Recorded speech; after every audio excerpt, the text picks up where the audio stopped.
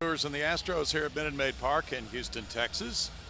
And tomorrow the Astros will be traveling to New York City for the opener against the Yankees. They'll work out Sunday and play Monday. Glad to have you with us today for this spring training finale, along with these fans. Bill Brown, Alan Ashby, Bart Ennis with you today on Root Sports as we do the final telecast of spring training 2016. And we take a look at the starting lineups for the Milwaukee Brewers, managed by Craig Counsell. Domingo Santana, the former Astro, leads it off. He's in right field with Scooter Gennett at second base. Ryan Braun bats third. He's the DH today, with Jonathan Lucroy playing first base and cleaning it up. Colin Walsh is at third with Martin Maldonado, the catcher. Alex Presley, another former Astro, is the left fielder. Yet another former Astro, Jonathan Villar, is the shortstop. And Keon Broxton is in center field. Mike Fiers on the hill for the Astros, a guy that's going to figure prominently, especially early on, a guy that has a swing and a miss fastball that is under 90 miles an hour, averaged about 89 miles an hour last year, and that's his primary pitch. Throws the curveball, cutter, changeup occasionally. He'll mix in the slider. Mike Fiers, he of the no-hitter last year against the Dodgers. What an exciting night that was right in this ballpark as he became the first Astro to pitch a no-hitter here at Minute Maid Park.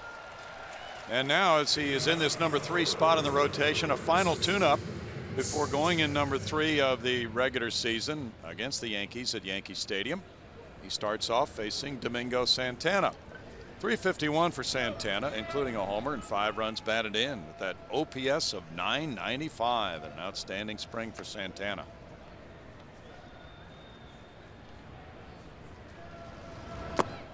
And that's low, ball 1. Brewers are 14-13 with 2 ties this spring. The Astros 17-11 with a couple of ties.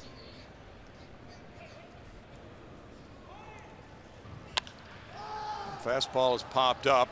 Tyler White, the first baseman, comes over and watches that one drift about 10 rows back. Yeah, I think as you were talking about Domingo Santana, that power aspect of his game could be big for the Brewers. It's a good offensive yard in Milwaukee, and this young man's got some great power. Displayed a home run ability with the Astros last year to right and right center.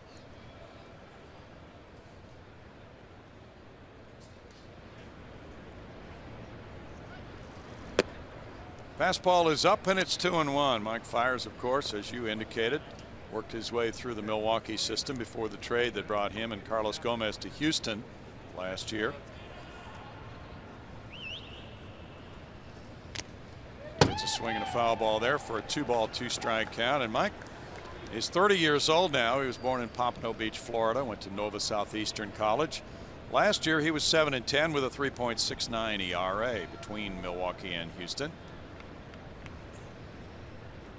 That was a big trade between these two clubs, bringing him and Gomez to the Astros. Young, outstanding left-handed pitcher Josh Hader was involved in that deal. Adrian Hauser. We saw Brett Phillips in the game last night, all coming to Milwaukee in the trade.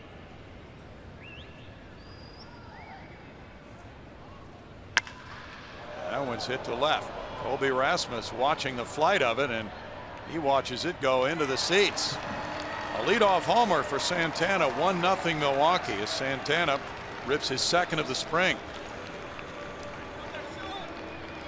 Yeah, the Brewers and their fans could be looking at big things from Domingo Santana. He had quite a minor league career, but scuffled when he came to the big leagues with the Astros. A lot of strikeouts involved, but he showed that ability to hit the long ball last year a couple of times, and now it's starting to show up on a regular basis for these Brewers, but day one has not come on the season yet.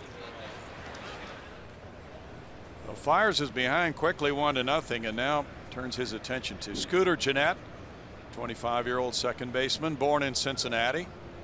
His father Joe was an associate scout for the Astros when Dan O'Brien was heading up the scouting department here. Ball 1 to Scooter, who is known as Scooter, but his given name is Ryan Joseph Gennett.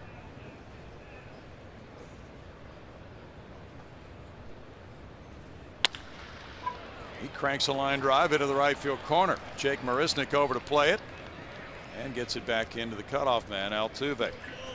Yeah, I mentioned that swing and a miss fastball that Fiers possesses at around 88 to 91 miles an hour, and yet it's getting hung out pretty sharply right now. But there are times when hitters just never seem to get to that heater. Ryan Braun can turn around a heater as well. 429, 1 homer, 4 runs batted in. That home run coming last night. He's just had a few at bats this spring, coming back from back surgery over the winter, and then he's had some back stiffness in spring training this year. He has the club record 255 homers for the Brewers. This one's in the air, and the right fielder Marisnik takes care of out number 1. George Springer lost a ball in the lights last night playing right field. It was the first game with the new LED lights that have been installed here at Minute Maid Park. And those lights might have been tweaked a little bit. They might be not quite as bright today. Can't really tell. It's a cloudy day outside, Ash. Yeah, I would think they'd be fortunate if one tweaking was all that was necessary. I think before it's all said and done, they'll get the input of the outfielders, infielders alike, and make sure they have it as perfect as can be. Looks like it might be not quite as bright. Jonathan Lucroy at 383 has had a fine spring with a couple of homers, driving in 8. Lucroy is another of those extremely important players to Milwaukee's success this year. Not only with his influence on the pitching staff as the catcher, playing first base today, but also with his bat, of course, in the cleanup spot. Looking at strike 1. Lucroy was a 3rd round pick in 07. He went to Louisiana Lafayette. And last year he didn't match the numbers he had set the few years before that. He had a fractured left big toe and a concussion that limited him to 371 at bats.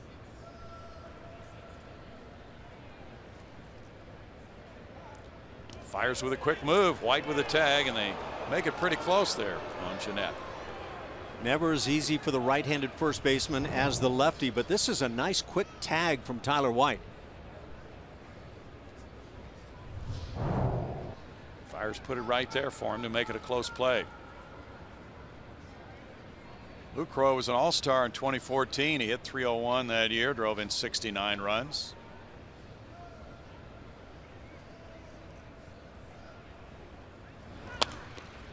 Fouls that one for an 0-2 count for Mike Fiers. In Mike's last outing against Detroit, he got a save, working the final 4 innings of a win back on March 27th. There had been a rainout the day before, so I believe Doug Fister was the starter that day. Both starting pitchers working just to get them back on their normal days to pitch and get everything lined up for that first time through the rotation.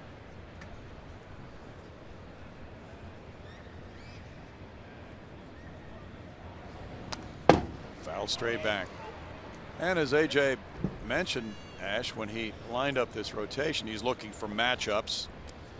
And the way it evolved with Fiers pitching this game today, it was a plan all along that AJ did not want a pitcher who pitched against Milwaukee in this 2-game series to be pitching at Milwaukee in just a few days on this first road trip. Always thinking ahead. I'll tell you what, this skip right there, AJ Hinch, has so many angles that he's working on with this club. He's a bright man.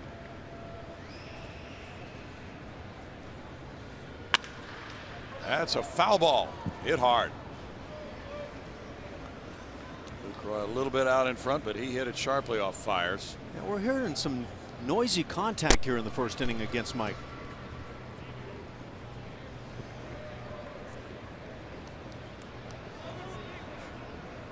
Well, the Astros, with that 17-11 record, have made this one of their best springs. Back in '98, they were 17-10 with 2 ties, and they went on to 102 wins that year. But there has not been a close association for this club down through the years with spring training records and regular season records. Foul back. A little bit of a cut action at the last instant there on Fiers' heater. We had some interesting things that occurred in last night's game, Ash. One of those was, well, we had a couple of replay reviews. There were calls were overturned, right? Right. And then another one, and we're getting more and more confused now about this new rule on the force out at second in a double play situation. Possibly multiple interpretations involved. Yeah. He got him to chase, and Lucroy went down swinging. And we're not talking about what the media might think versus what the guys on the field might think. We're talking about umpires. Breaking ball right over the top on that curveball. That's a nice job by Kratz as he stays down a la Brad Osma style. One knee to the ground, the other knee stayed up, glove stayed down beautifully. That was effective. When you keep that glove down, the body stays still over the ball. He just smothered that curveball. It dropped right there at his feet. Colin Walsh is the batter, the third baseman, hitting .271. He's driven in 6. Rule 5 draft choice. Pitch out, and there's ball 1. A.J. Hinch has had plenty of opportunities this spring to work the infield in, and just about every scenario you would like about a pitch out now being employed. Colin Walsh is 26 years old, a switch hitter from La Jolla, California. He went to Stanford, 13th round pick of the Cardinals in 2010. He drills one to right field. That's going to one hop and go over the right field wall for a double for Colin Walsh, third hit of the inning. Probably the best case scenario for Mike Fiers and the Astros there is that ball does kick out of here. And again, quite noisy off the bat.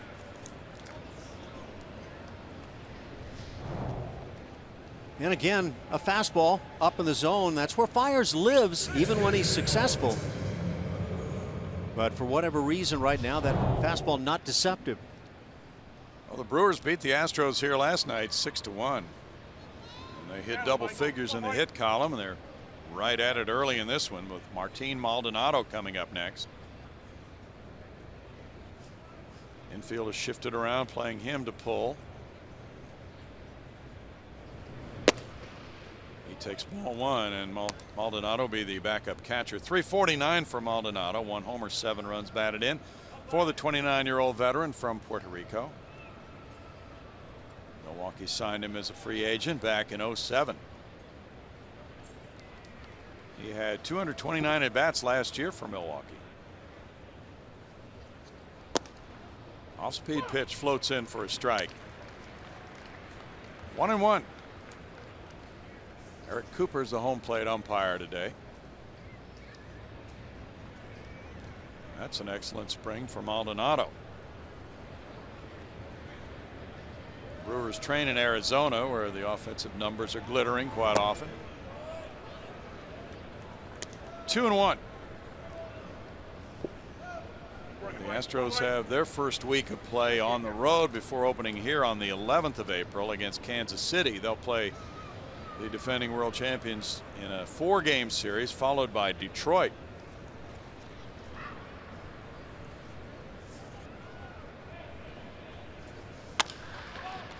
Out of the shift, here comes Correa to his left, and the accurate throw to White takes care of the third out. 1 run scoring on 3 hits with 2 men stranded. Milwaukee 1. Houston coming up.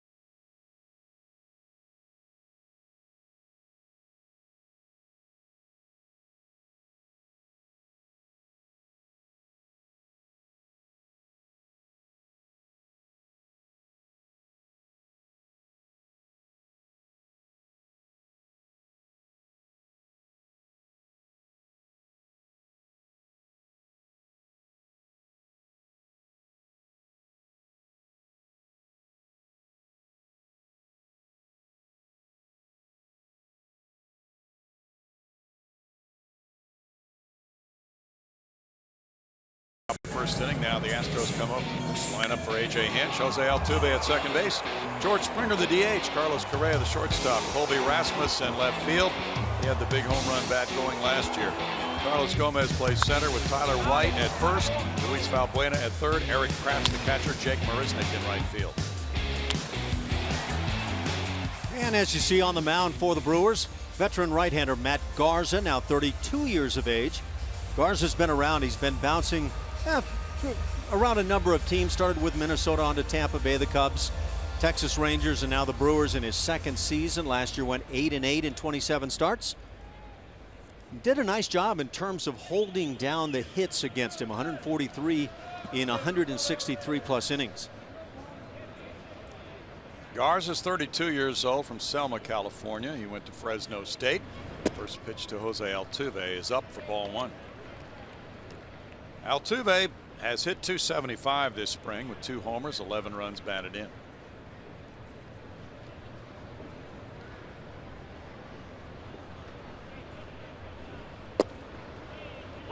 Garza gets it in for a strike. That makes him 1-1. Garza last year was 6-14 for Milwaukee with a 5.63 ERA. He spent some downtime in July with shoulder tendonitis, and they shut him down in September.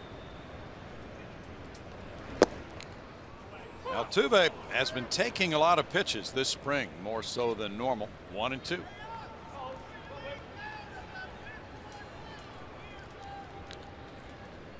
Garza pitched a no-hitter back in 2010 for Tampa Bay when he was 15-10. Altuve out into right center field, and there's the catch on the run. 1 down. I'm really curious, Brownie, pardon me for stepping on you there a bit, but watching Altuve and taking pitches now, it seems a lot more cautious in the approach. Obviously the intent is to bring up that on-base percentage and become such a valuable guy at the top of this order. Well, we'll see how it all plays out for Jose. Or if it continues this way come opening day, right? Yeah, and again, we talked about it last night. A lot of guys will talk about working on things in the spring, and then come opening day, it's back to the normal deal. And for Altuve, it's been very successful. Springer lifts it to right center. Keon Broxton there. 2 outs. Saw Springer last night quiet with the bat early in counts and working it deep. He goes first pitch swinging this first at bat on the day. Carlos Correa with 4 homers, 9 home runs, comes to the plate with .372 spring average. Well, remember when the wrap-up game for spring training used to be in Florida?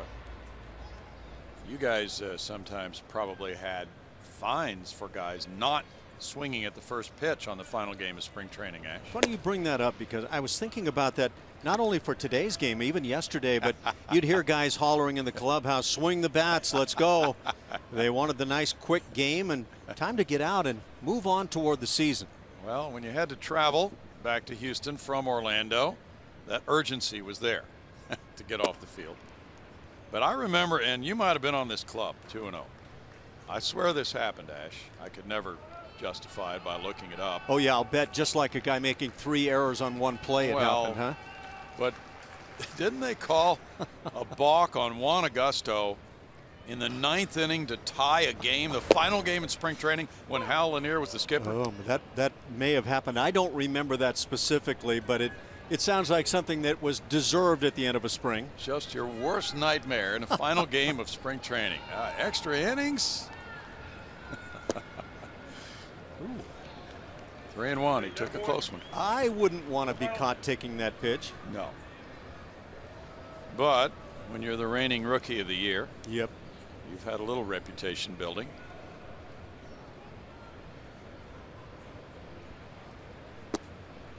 That is called a strike, though. So now 3-2 to Correa.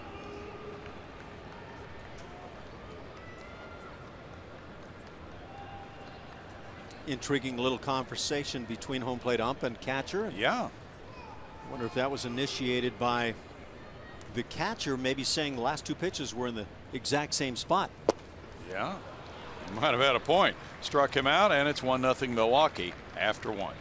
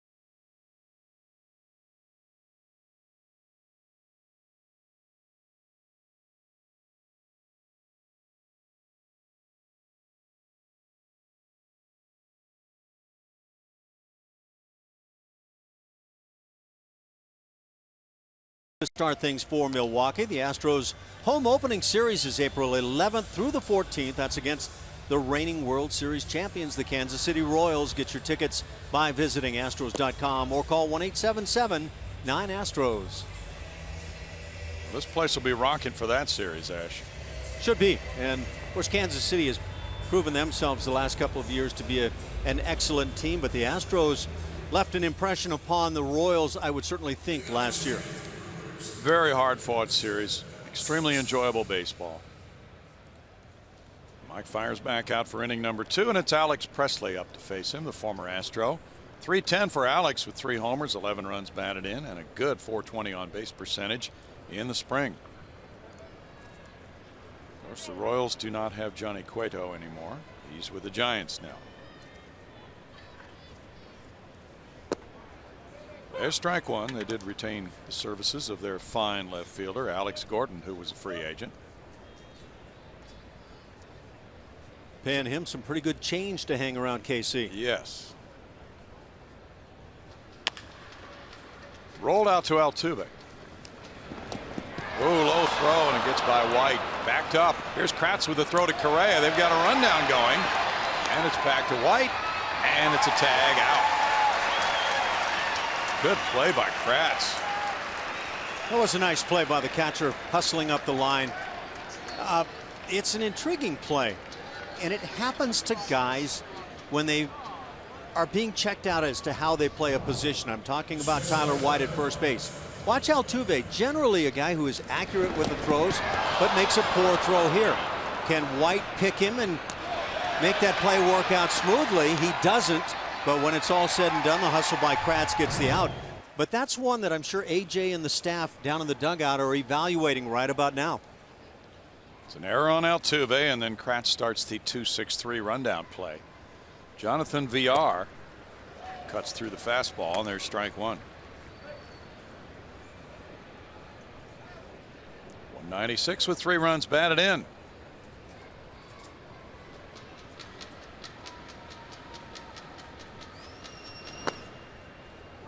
It's 1-1.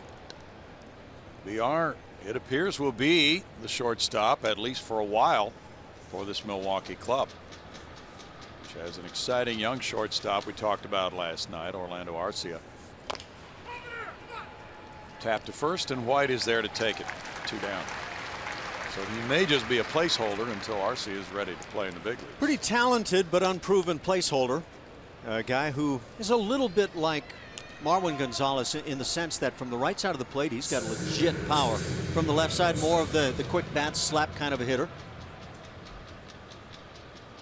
Keon Broxton, the center fielder, is hitting .239 with no homers, 3 runs batted in. So this will be the second series of the season. The Astros in Milwaukee next weekend, starting their interleague play early. Milwaukee will open at home against the Giants.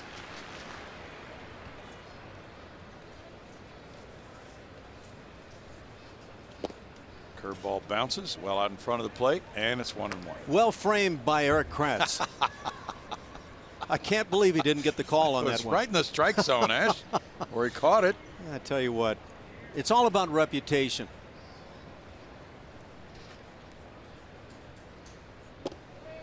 Slow curve in for a strike. Well, the hitter can hit the pitch if it bounces. It counts. So why couldn't a pitcher get a strike if he's able to bounce one into the strike zone? Yeah, that was very veteran-esque by Mr. Kratz. That was a cricket pitch. 2-2. Broxton's 25 years old, from Lakeland, Florida. Went to Santa Fe Community College. Drafted by Arizona in the 3rd round in '09. He was with Pittsburgh, and then Milwaukee got him in a trade for Jason Rogers last December. That one goes foul. 2-2 the count. Jason Lane, the former Astro who was on that '05 World Series team, is a coach for Milwaukee this year. Jason played for the Sugarland Skeeters as well when he made the conversion from outfielder to pitcher. Power hitting outfielder turns pitcher. That was quite a story. Pretty good story is right. The bat swung and he struck him out. That's number 2. It's 1-0 Milwaukee.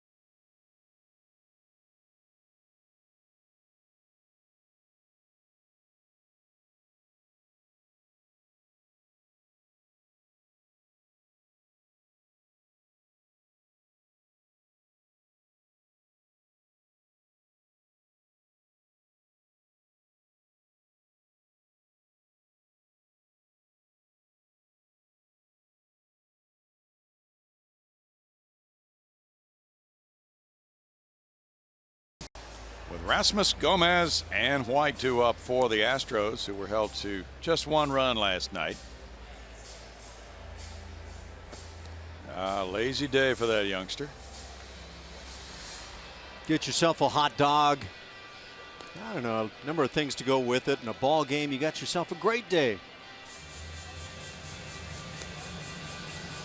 Well, it's been, of course, the usual long grind of spring training, so these players have to be absolutely thrilled to get to the end of that long process today. There's one more player move to be decided by the Astros. They have not announced it yet, and we're expecting to hear later in the day, probably after the game, who that final pitcher will be on the 12-man pitching staff. Well, we now know it won't be Wandy Rodriguez, and so that takes 1/3 of the equation out from yesterday. James Hoyt is still a possibility, as well as Michael Phillies. Phillies pitched last night. Rasmus has hit 3 homers. He's driven in 13 runs. He gets the curveball for strike 1. Colby has a .225 batting average. So yeah, some guys are going to be on pins and needles if they haven't already been told who made the club and who didn't between those 2 pitchers, Phillies and Hoyt. Wandy may wind up going to AAA for the Astros. That's yet to be determined. He has the ability to shop his services now to all of the other 29 major league clubs because he is a free agent. By terms of his contract, he had that ability to declare himself a free agent if he did not make the Astros major league club, and he found out last night that he did not, as Ash mentioned. Had a good spring, though. Well, here's the deal. I think Wandy still at this stage of his career could impress somebody enough to say this guy can pitch in our rotation, can pitch in our bullpen, and he may find a deal out there, but it's also a bad time of year to find that when teams are trying to cut away players. Yes, it is. Rasmus hits one foul. Upper deck, way up there. Let's just say Colby's quick on the inside right now. Wow. He pulled that one halfway to Beaumont.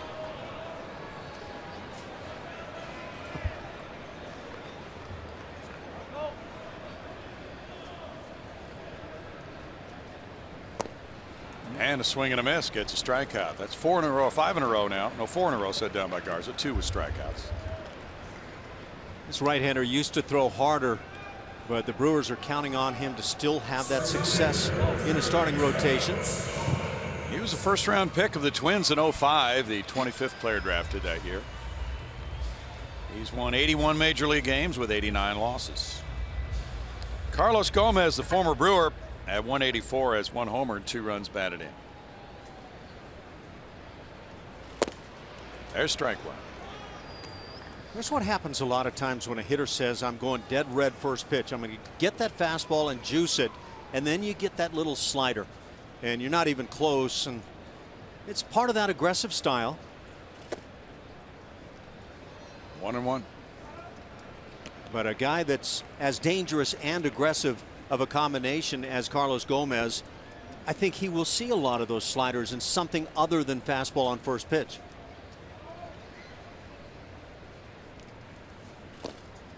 He was standing around the batting cage today before the game. And A.J. Hinch was standing there talking and making a point about this new rule we referred to earlier, and it came into play last night regarding the force out play at second base and the obligation of the base runner to slide before he gets to the base and to be able to touch the base and hold on to it. That's out to right field. Santana moving in. And he said, well, you know, what do I do when I've got this guy, and he looked over at Carlos, this freight train coming from first to second base as my base runner, and we're in Oakland where the ground is really hard, and you slide past the bag because it's hard to prevent yourself from doing that on hard ground. So now if you're past second base on the outfield side, you can't reach back and touch the base. You're going to be called for a double play, and you go to Seattle and you slide, and it's very wet there, so you're not going to slide past the bag.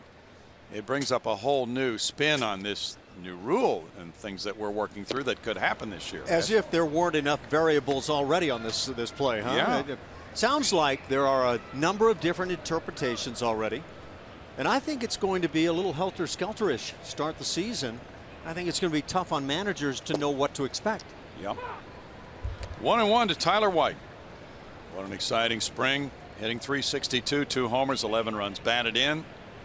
First day in the big leagues coming up Monday in Yankee Stadium. His family and friends will be there from North Carolina. And he rips this one to tie the game. Line drive homer, Tyler White, number 3 of the spring, and it's 1-1.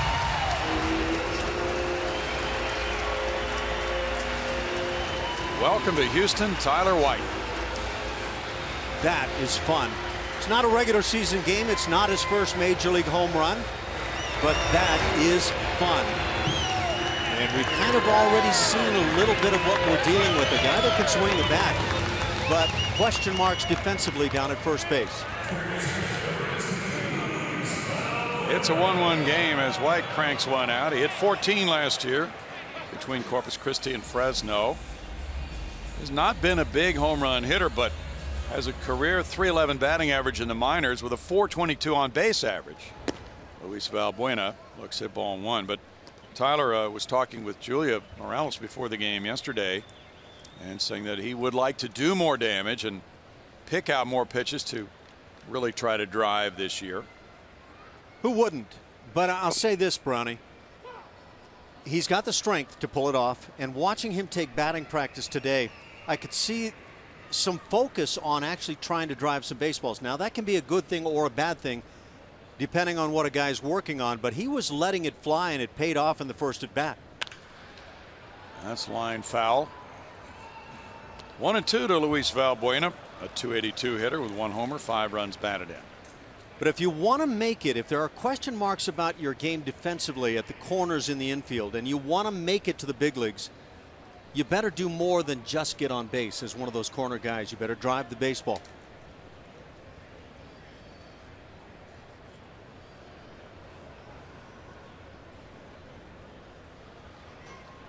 That ball rocketed off Tyler White's bat into the seats. A lazy foul pop goes out of play. Still 1-2 to Valbuena.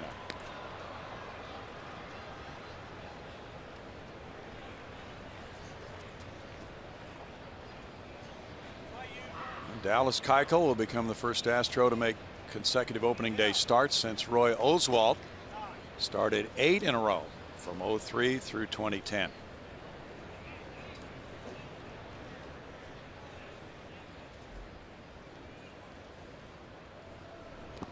Valbuena takes 2-2. Masahiro Tanaka will start for the Yankees. The Yankees were talking on a recent telecast about their new second baseman from the Cubs and how they think that he will do more damage for them against a left-handed pitcher. 3 balls and 2 strikes, but you know, Keuchel had such a mastery over them last year. Starlin Castro could certainly help against left-handed pitching, but they do have an imposing lineup anyway. I don't know that I feel like Keuchel needs any help, but I would have a feeling that he's getting in the heads of the Yankees a little bit at this point. 2-out walk to Valbuena. And Eric Kratz will follow. Valbuena just dressed up the 2-out walk here in the second inning. A little bat flip behind his back. Okay.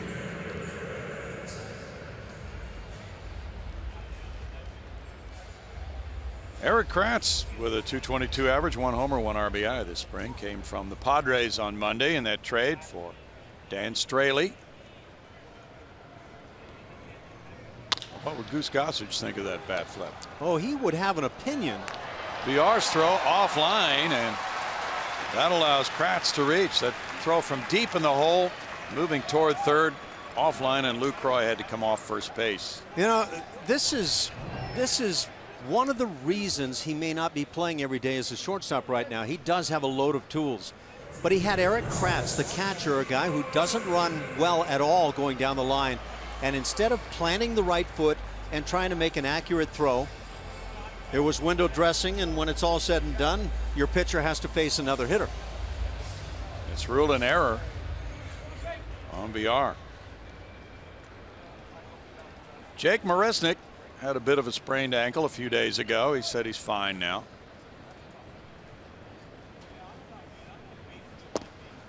That's in for a strike. Marisnick has a .163 average, 1 homer, 3 runs batted in. Can't imagine a longtime major league infielder Craig Counsell would be able to not say anything about that last play to his shortstop. True. Yeah, he was fundamentally sound. 0-2 to Marisnick.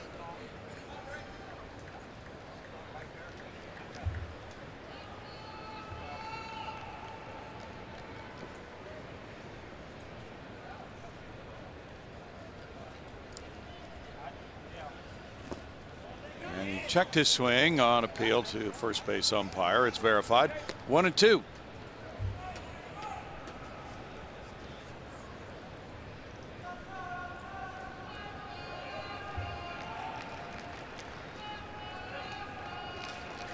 The Astros leave midday tomorrow, get into New York tomorrow night, then they work out Sunday afternoon and open it up Monday afternoon, Tuesday a day off, then a Wednesday night, Thursday afternoon wrap up to that series before going to Milwaukee.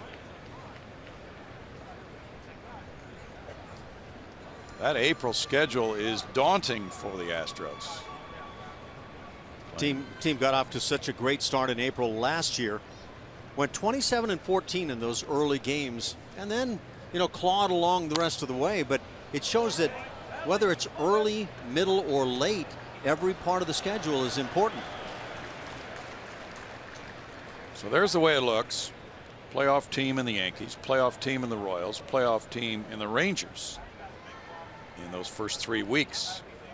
Boston is thought to be much improved. Detroit is thought to be improved because of its health. Struck him out looking. Third strikeout. Tyler White rifles one to left field.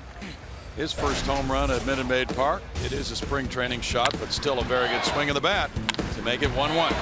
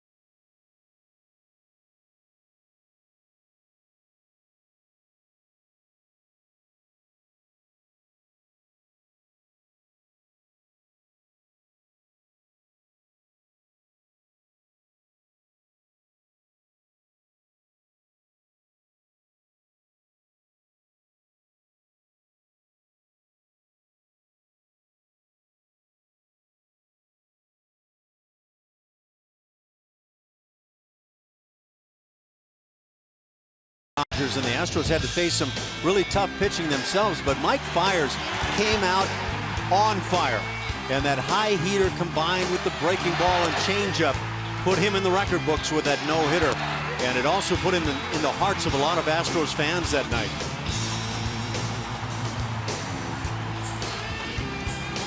A guy who's worked so very hard to get to the big leagues and reach that special moment with that performance. Now in a 1-1 game, he goes to inning number 3. Yeah, he did not want to allow himself to be taken out of that game no matter how many pitches he threw in that no-hitter. And he was pushing the needle too. Domingo Santana opened the game with a homer. Fouls it back and there's strike 1.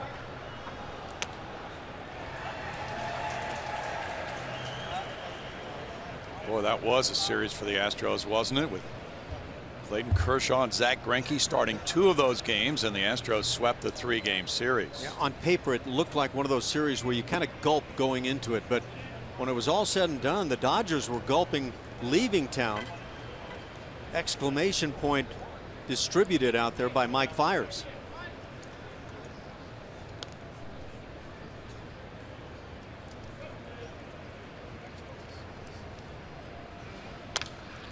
Foul back for a 1-2 count. It's such a dilemma for the manager when a pitcher has that kind of a no-hitter going with a pitch count so high. Not wanting to risk injury. But AJ let him go. 134 pitches. He retired 21 in a row after a 3rd inning walk to Jock Peterson. Now, I realize it's a very different game today than it was back whenever you want to have the conversation about, but you know, the 60s, 70s, even 80s, pitchers would have strangled a manager for trying to take him out in that scenario. But such big contracts now and everything involved, it's awfully difficult on a manager. 3-2. Yeah, not wanting to deprive a pitcher of that special game is a factor, of course. Pennant race is another factor. That'll hang for a while. Altuve coming over. 1 out. There you see Mike Fiers, and solid back 9. Yes, it was. Last 9 starts of last year. This includes the no-hitter. This starts August 2nd, I believe. I was told 9th, excuse me, and 2-1 in that span. That doesn't say a whole lot, but the 2.67 ERA tells you a load. Look at the strikeouts to walks and the hits per 9 innings. Mike Fiers was really on his game. The Astros could use much more of that now come this 2016 campaign. Scooter Gennett is the batter. Good changeup, strike 1. Nice movement by Mike. The no-hitter by Mike Fiers was the 3rd start in that stretch of the last 9. So certainly it was a standout game, but there was other excellent work there as well. He got into a good groove. See that splitter grip as Fiers still had the baseball in his glove. That view from center field will enlighten quite a bit. Ryan Joseph Gennett, as a kid, was watching the show Muppet Babies. You ever watch that show? That's somehow on my avoidance list, I think. Cut job right there. That's how he got the nickname Scooter. Muppet Babies, huh? Yeah. You know, I was kind of curious. I was thinking about that name last night. I can't think of a guy in another professional sport or otherwise that was named Scooter other than baseball. Of course, you had the Scooter with the Yankees. Yeah. Phil Rizzuto. White with the toss to Fiers. 2 outs. That's true. I hadn't really thought about that. And I wondered, is that somehow a baseball name like Stretch Suba? Could be. Tyler White reacting. It's a nice job. Turns into a catcher down there getting dirty and making sure to keep the baseball in front. Now that kind of play will go a long way when you factor it in together with that home run swing we just saw. Right. Because he is a work in progress at first base. He's been more of a third baseman than first baseman. Ryan Braun hit a fly ball to right. But that's very good form. You know, yeah. I mean, he did what he had to do. He didn't look all that graceful, but he wanted to make sure that ball did not get by him.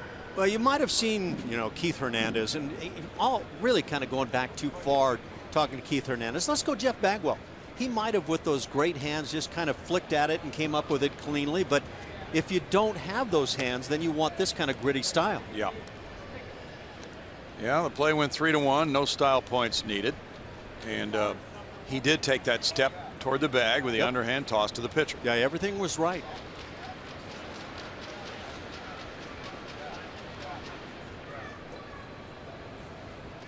You just realize, after watching these players work so much on drills during spring training, that once you get in the ball game, it's not a drill. No, it is not a drill, and it's supposed to be a game, and when you're playing well, it is. That's blasted to left field. Ryan Braun spanks one for a homer to make it 2-1 Milwaukee.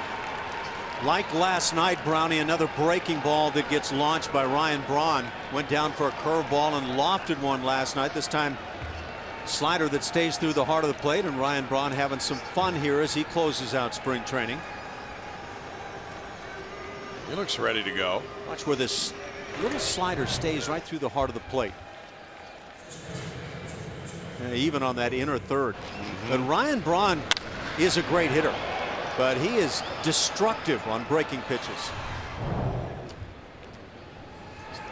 Jonathan Lucroy struck out earlier. Braun looks pretty well ready to start the season right now based on last night and today.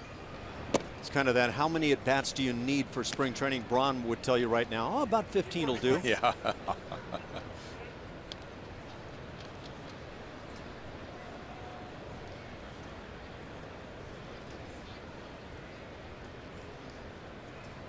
Spring training is necessary, but it's not the type of baseball players play in the regular season in terms of, a guy might have 50 at bats, but that's spread over a month.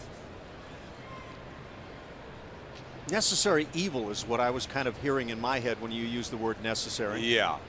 For a lot of the guys, it becomes that way. Correa over to White. Braun's homer makes it 2-1 Milwaukee.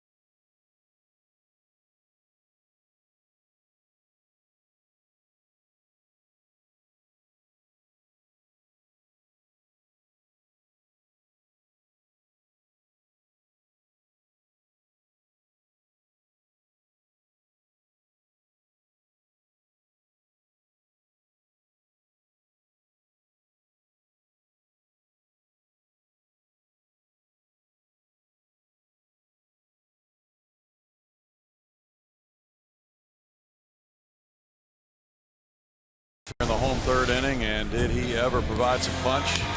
3 walk-off homers last year, Ash. Well, the Astros were pretty good at this ninth inning heroic stuff, and Jose Altuve was the leader. Why not? Had another great year, another 200-hit campaign. He didn't waste a whole lot of distance on those game winners, but he found a way. I'll tell you what, he's become one of the game's absolutely elite second basemen. Not only offensively, defensively, he had a whale of a campaign last year. 3 walk-off hits, one of those a homer. Altuve hit a fly ball to center. But he did hit more homers last year. There's ball 1 than he has in any season in his career. Did that make him more valuable? That's a fair question. He hit 15. He drove in 66. I would say yes. If he becomes more cautious at the plate, will he be as valuable? Hard to say. Bouncer for a single for Altuve. So this time swinging at the first strike he sees. Yeah, doesn't scald it, but finds a hole. He's aboard for George Springer. Springer hit a fly ball to center going for the first pitch in the first inning. We were talking about George last night and the fact that many people who have watched him play expect this to be a big year for George. Last year he made a quantum leap in cutting down on his strikeouts. He made the biggest improvement in percentage of strikeouts reduced in the big leagues from 2014 through last year. Altuve takes off. He fouls it for strike one. Well, that was hit and run. You can see Springer trying to go through that right side. I'll say this, Brownie, if Springer does have that really big year this year, it makes it so much more of a likelihood for the Astros as a team to have a big year. That's my opinion. I think the great players, when they perform in great fashion, give your team a huge lift. And in the case of George Springer, the word great in terms of talent.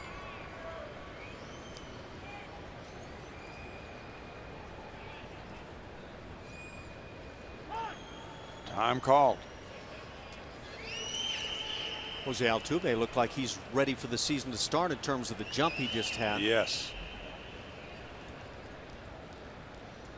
Springer hit 20 homers in 2014 and 295 at bats.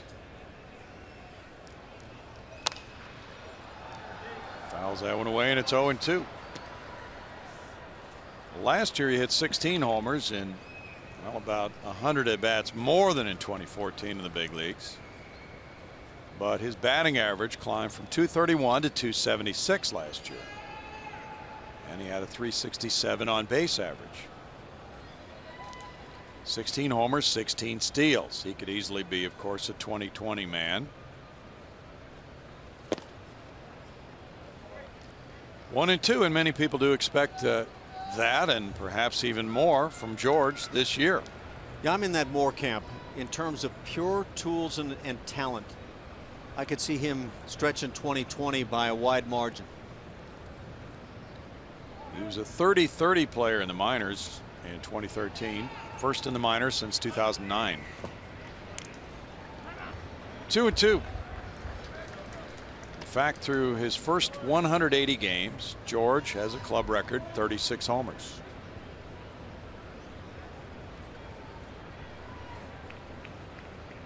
That may surprise some people. Yeah, I think the quick response would be maybe Jeff Bagwell. Maybe a Glenn Davis type guy. Yeah, there you go. Glenn Davis, another great name. 3-2. George has that combination, though. He's a 5-tool guy. Speed, power, great throwing arm. And he is a top flight fielder.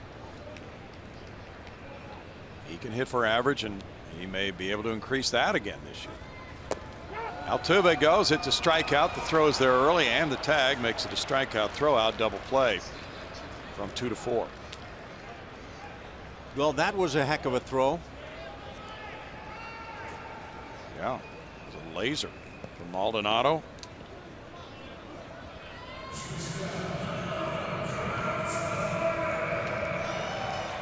Carlos Correa struck out looking in the first inning on a 3-2 count.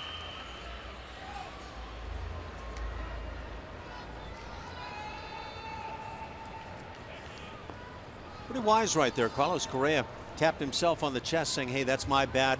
Sorry. And actually, that goes a long way with a lot of pitchers.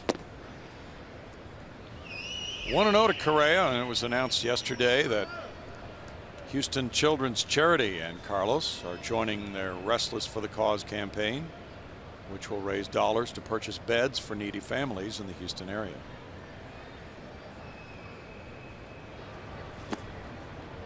In the dirt, ball 2.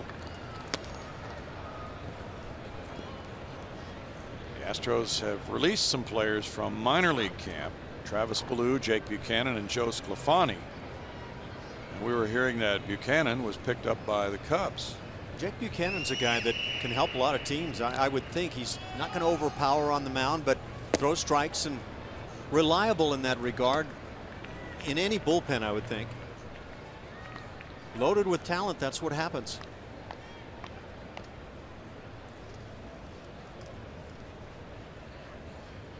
This is the most wins for the Astros in an exhibition season since '07. They were 18-11-1. This would be their 18th win if they get it. 3-1.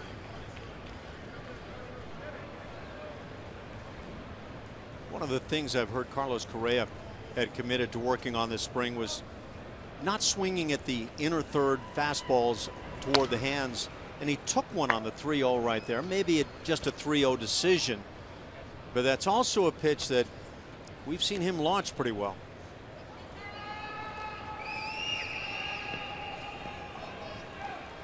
Anything out there within reach. Yeah. And boy, he can go deep to all fields, as we've seen.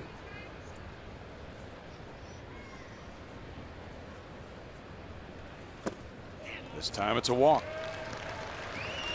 Second walk of the game for Garza. Colby Rasmus will follow. 2 outs, nobody on base kind of scenario for Carlos Correa. To me, that's green light at all times. Go ahead and air it out. Yep. And we'll take the success you bring with those. The 2-out walk can lead to an inning, but it's much less likely. One key for the Astros is that cleanup spot behind Correa. What is the production going to be? It's key.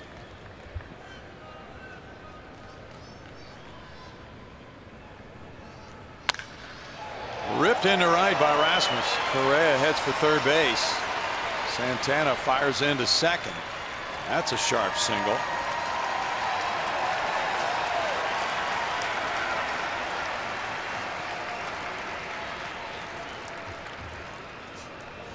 Rasmus blasted that line drive. Quick bat. Just drilling it into right. Get that pitcher looking for. Major league hitters have a pretty good dial on that heater. Watch this throw coming in for right.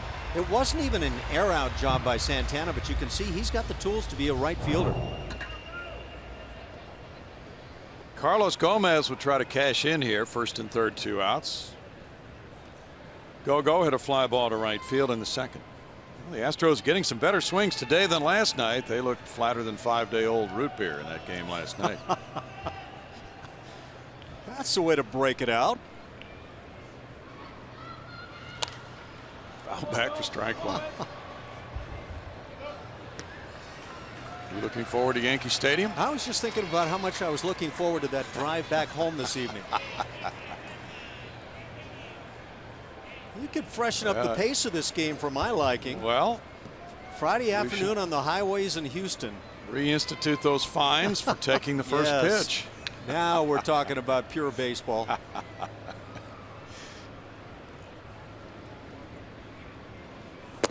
And yes, Yankee Stadium is always any baseball fan's delight. I think it's kind of one of the must-sees. Yeah. You like old Yankee Stadium better than new Yankee Stadium? They're almost the same. Yeah. Of course, you have to rely on memory, but there's something about that old thing, Yankee Stadium, with those monuments where they were out on the field of play. And do you like the flagpole on Towles Hill, or would you rather see it behind? I don't know. I love the old there as far as Yankee Stadium went. Gomez strikes out, and that's no runs, 2 hits, and 2 left for the Astros. Through 3, it's 2-1 Brewers.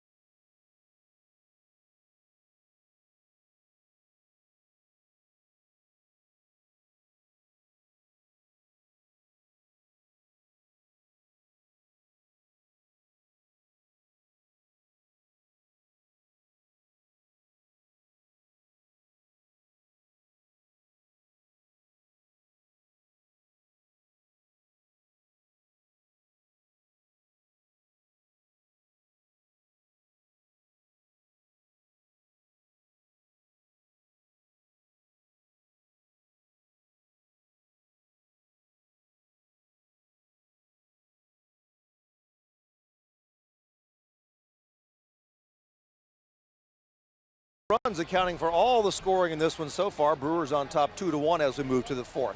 Well, the Astros 28-game ticket plans are on sale now. Choose a series or weekend plan for the 2016 season. For more information, go to astros.com or call 1-877-9-ASTROS.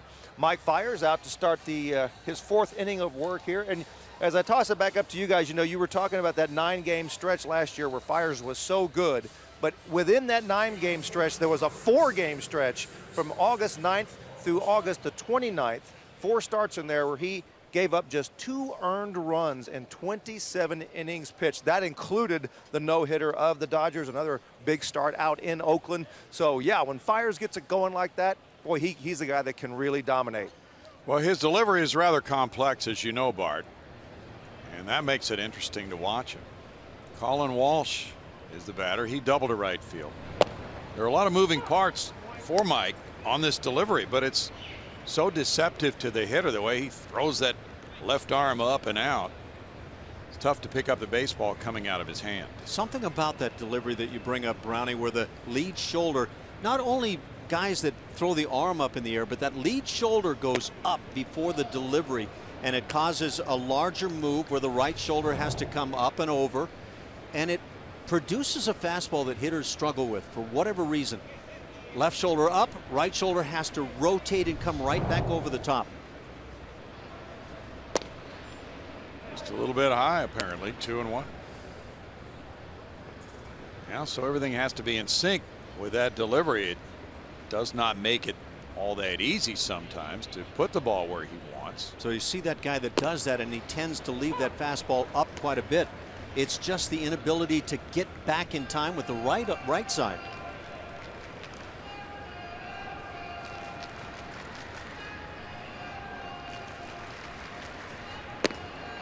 But it does create deception. It does that. There's no question about it.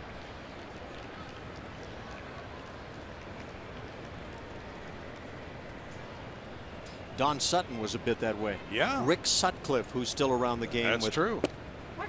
Good comparison. Struck him out looking. He mystified Walsh.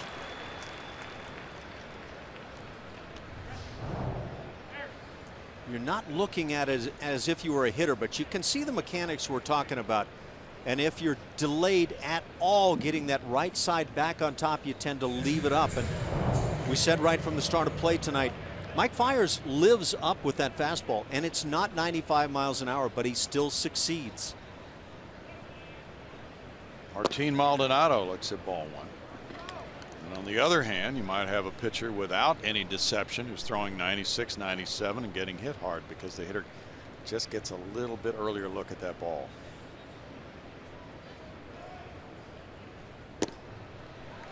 That's a swing, and it's 1-1. It's amazing how tiny these things are that we're talking about, the differences. I grew up in the game watching a guy by the name of Juan Marichal, who was one of the game's great right-handers, and he had the high leg kick. But that high leg kick, I think, also set up the high left shoulder, and I think that might have been part of that great deception he had. Right. And Pete Rose used to say that he was the toughest pitcher he ever faced because of all the different arm angles he could use. Of course, now Pete was a switch hitter and never had to really deal with what the sidearm delivery would bring. Good point.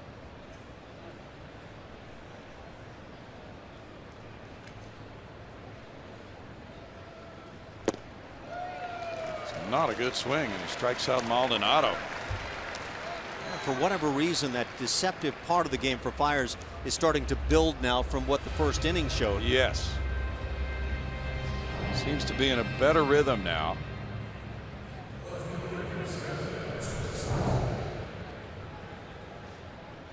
Alex Presley reached on the error by Altuve, but then he rounded the bag and was thrown out between first and second on a rundown when Eric Kratz backed up the errant throw. That's a nice movement on that change. Mix in that changeup, that pitch that comes out the same as the fastball, then you really make it tough. Curveball starts upward, and so it's a different look for the hitter. Boy, that's an excellent point, Ash. If that hitter can see that ball out of the hand going up, He knows to stay back, get set for something more off speed. But coming out of the same arm angle, that makes it different. White again makes the play to Fiers as he did earlier. 3-1 for out number 3. And it's 2-1 Milwaukee.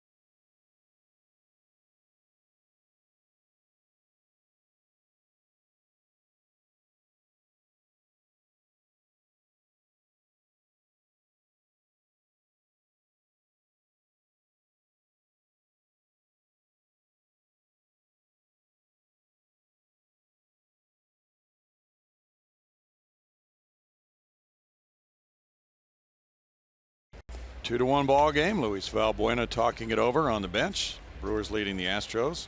He'll be batting second.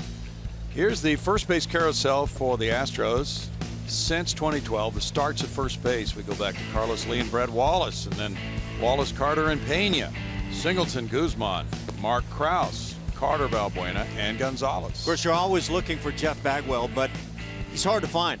And the Astros right now might be wondering, have we found something in Tyler White? I think he's trying to respond to that. Well, you know, you made the point, and it was a really good one. He's known for his hitting, but his defensive work at first base is really going to be important. And you mentioned Jeff Bagwell, and Jeff was in camp working with Tyler and the other first baseman, and he stressed to them, hey guys, you know, you've got to help your club defensively at first base. You've got to be able to pick those throws out of the dirt. It's a very important part, especially with the pitch to contact staff and all the ground balls that this staff gets, Ash. Brownie, I would say one of the biggest reasons the Astros were able to get into postseason play last year was because of a pitching staff that was #1 in ERA in the American League. And you don't do that if you play shoddy defense. Right. Ball 1 to White. Home runs are great, certainly. But those defensive plays are really critical. Look, if you can average 5 runs a game as a club, you're going to win a lot of ball games. But if you can cut down the runs that are scored on the other side down below maybe the 4 mark, and the Astros were below that figure last year, you're going to also win a lot of ball games.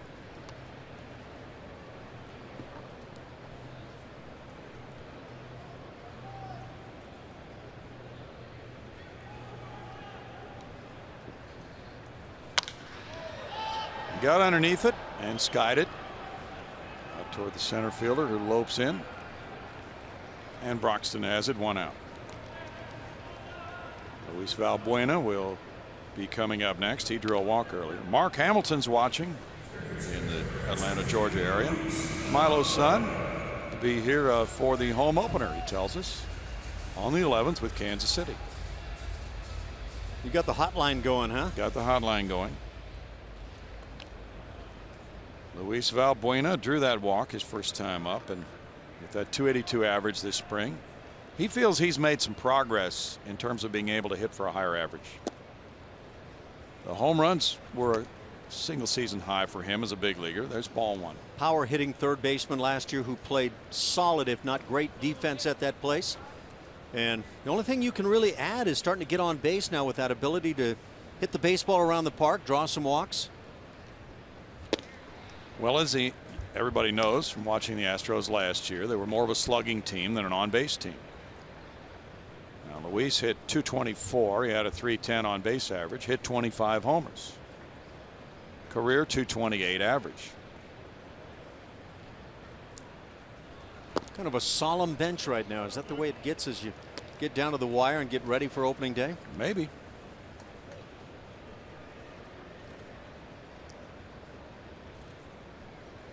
George Springer asking himself, when's the last time I danced in this dugout?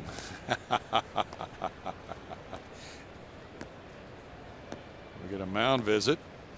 And let's see if Garza might be hurting because the skipper's out there. And Craig Counsell talking with the home plate umpire, and they may have to make a change here because of an injury. We'll see. 61 pitches in for Garza. Eric Cooper talking with Counsell.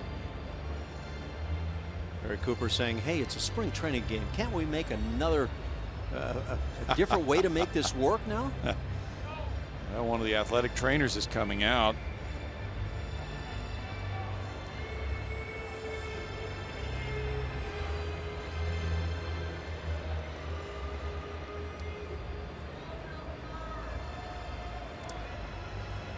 What's the problem?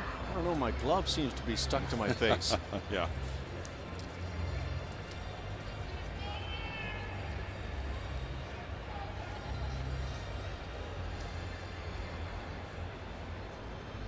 A lot of decisions to be made as you close out spring training. This is kind of an extra one you weren't counting on.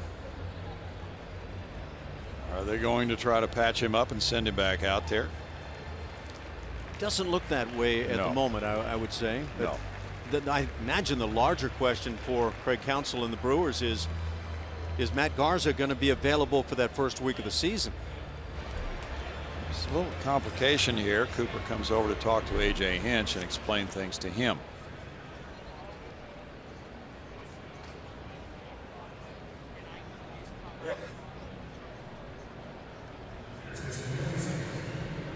And the change will be made. Number 54 coming in from the bullpen for Milwaukee. Michael Blazek will be on the mound when we come back with a score 2-1 Milwaukee.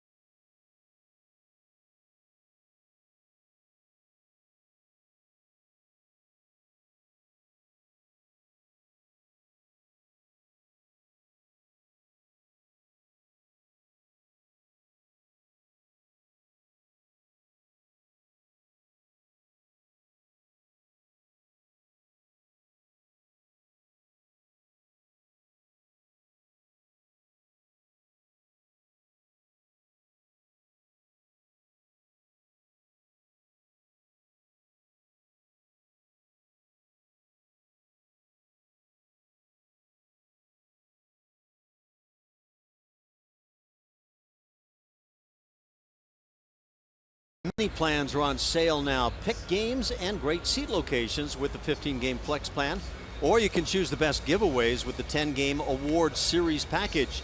Visit Astros.com/mini plans, or you can call 1-877-9-ASTROS to get yours today.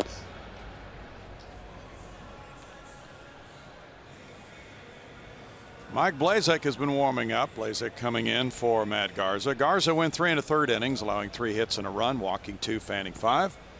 Blazek in 9 games this spring has an ERA of 10.22. He's worked a couple of years in the big leagues. Last year with the Milwaukee Brewers, after a 2014 campaign that did not see him pitch in the big leagues. 45 times he appeared last year for the Brewers. He inherited the 3-0 count. There's a strike to Valbuena. Blazek is from Las Vegas. Had some pretty impressive numbers last year. Just 40 hits allowed in 55 2/3 innings. Ooh, 3-2. Valbuena was headed for first. It was a bat flip that was getting ready to be deployed right there.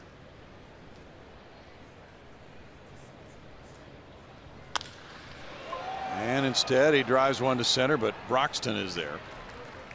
2 down. Blazek was on the 60-day DL with a broken right hand last year.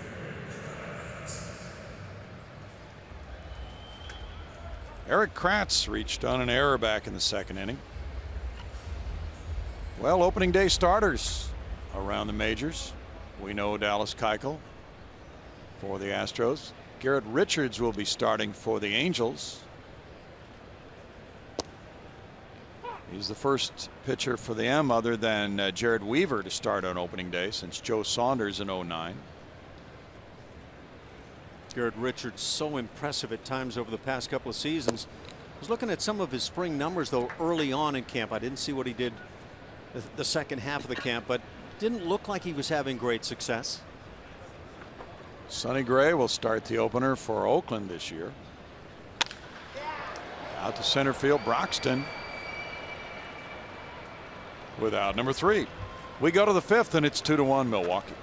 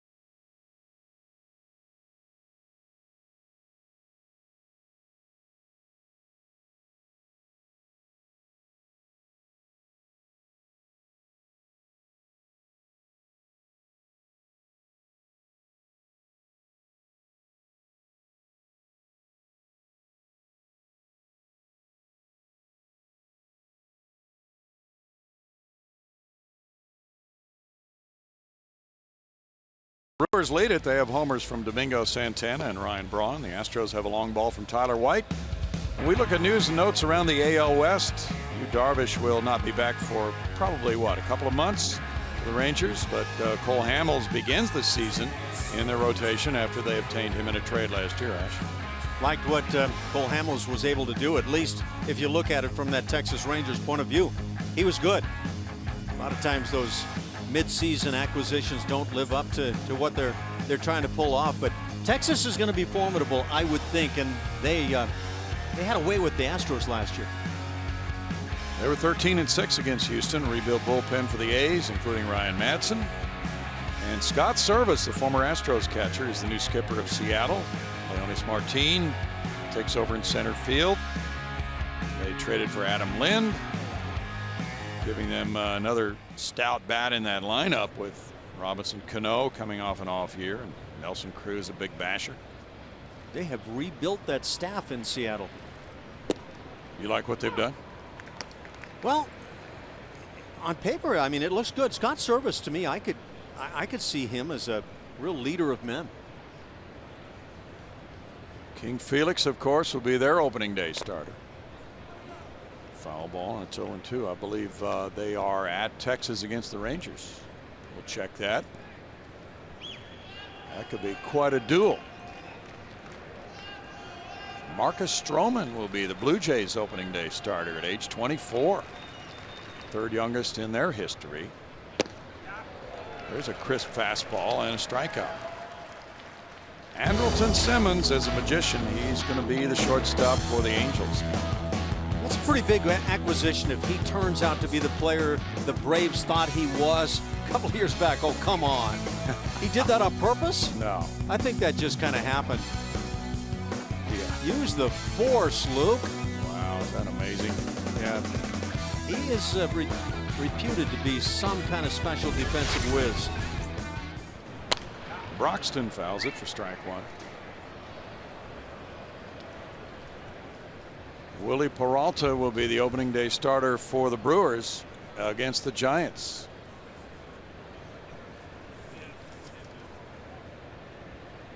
It's the year of the Giants, is it not? Madison Bumgarner, their opening day starter. Well, yeah, they like these even-numbered years. We know that. Andrelton Simmons.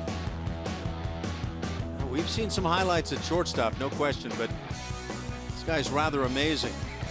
From deep in the hole, that's John Whoa. McDonald, I think. With that, It's left field. oh my! That is ridiculous, isn't it? We just haven't been able to see him that much.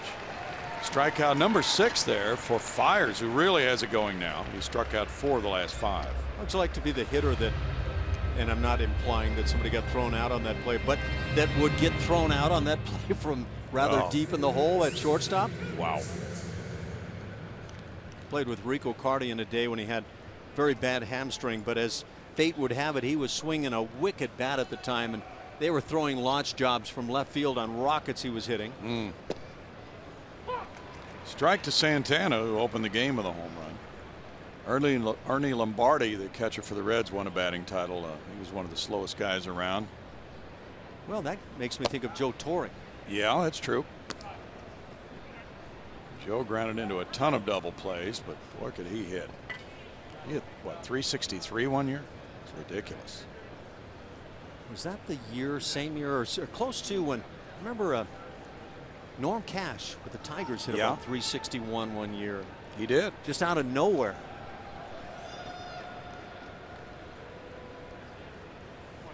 But he's known for taking a table leg to the plate against Nolan Ryan.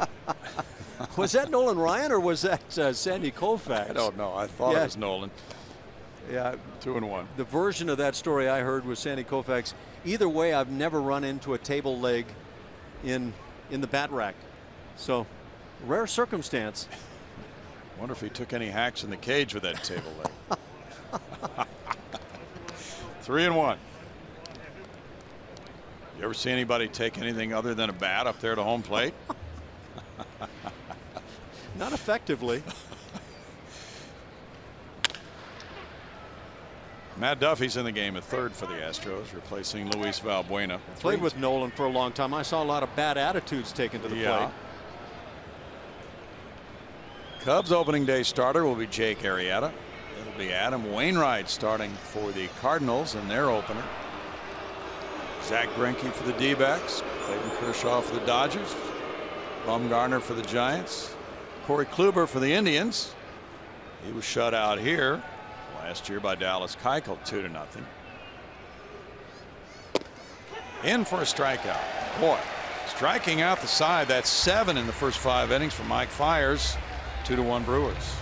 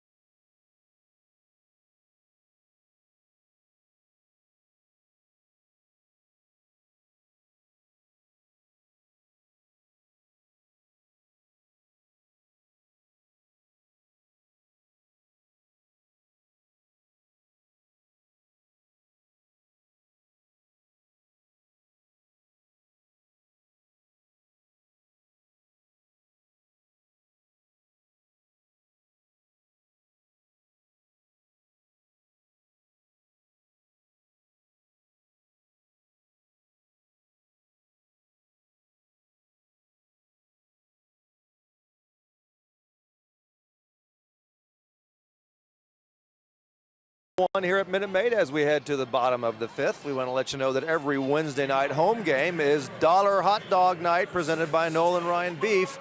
Enjoy all the dollar dogs you want while cheering on the Astros. Get more information by visiting astros.com/dollardogs, or you can call 1-877-9-ASTROS. Okay, now I'm hungry. Well, Bart, I'm distracted now, Brownie. you and your wife went to Italy last October. Where they do not have dollar dogs. No, you didn't find any there? No, but I found some great food over there. Jake Marisnick with strike one from Blazek. Neuenhuis is in right field. Rivera at shortstop for the Brewers. What was your favorite? Pizza? All the pizza was good. All the pasta, of course, is made from scratch. It's delicious. It's incredible. We had a great time over there. I thought pizza was an American food. They have pizza, and frankly, theirs was better. So I don't know. So you followed in the heels of Bill Brown, and you had a great time, huh? All I had to do was drop Brownie's name over there. Oh yeah. And we just got That's every right. table we wanted. Yeah, it was great. They do welcome Americans. We found That's that what out, I didn't hear. we, Bart? Bart said it was a great time. Yeah.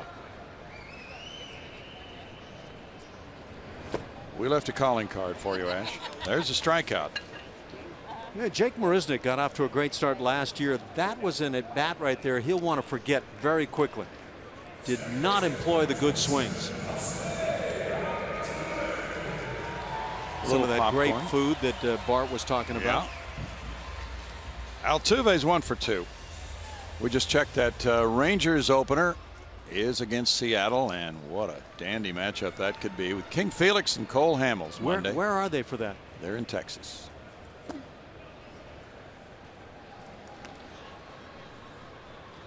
Ball 1 to Altuve. Springer's on deck. Boy, the excitement is just building, isn't it, for these openers, and then the first week or so of play. Well, you hope this road trip for the Astros to start things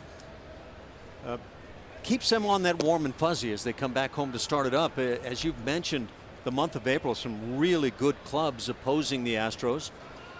And I don't think it's crucial to have a great start to the season. You can find plenty of examples where teams don't get off to great starts and still have a terrific year. But it does help.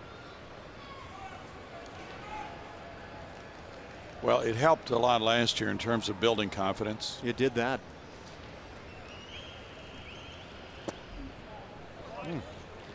3-2 now. This is kind of the anti-Altuve at the plate right now. He has shown some different wrinkles this spring in taking all these pitches.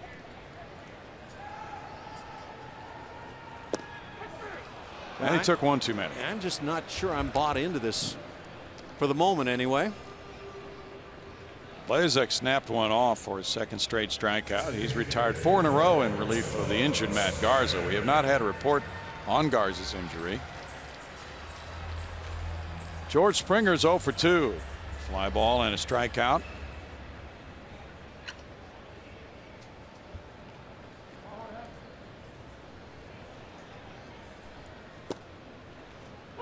In for strike one.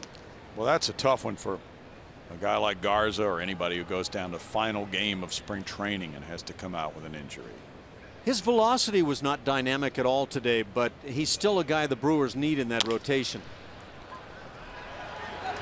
The new shortstop Rivera is tested and comes through. It's a 1-2-3 fifth for Blazek, and Milwaukee continues to lead Houston 2-1.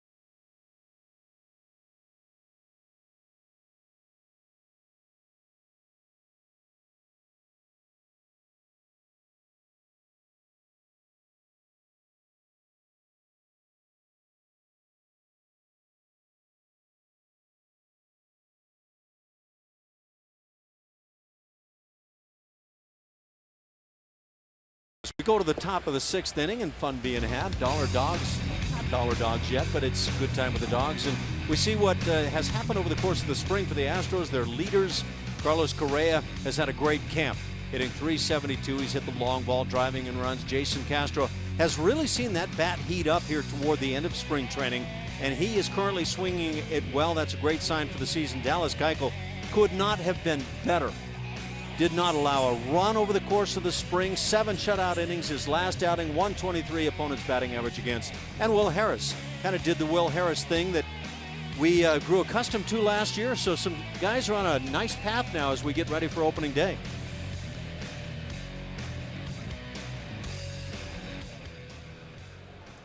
Mike fires out with a 2-1 score. Milwaukee leading it. 6th inning begins with Scooter Gennett. Gennett's 1 for 2.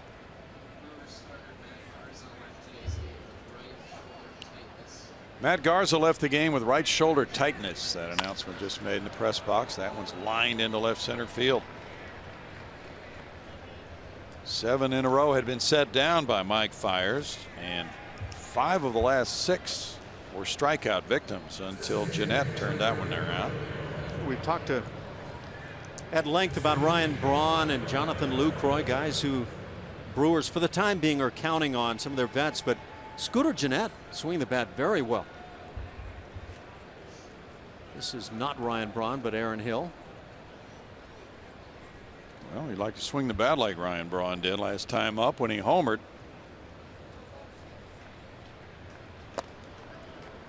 Hill looks at ball 1. He played last night.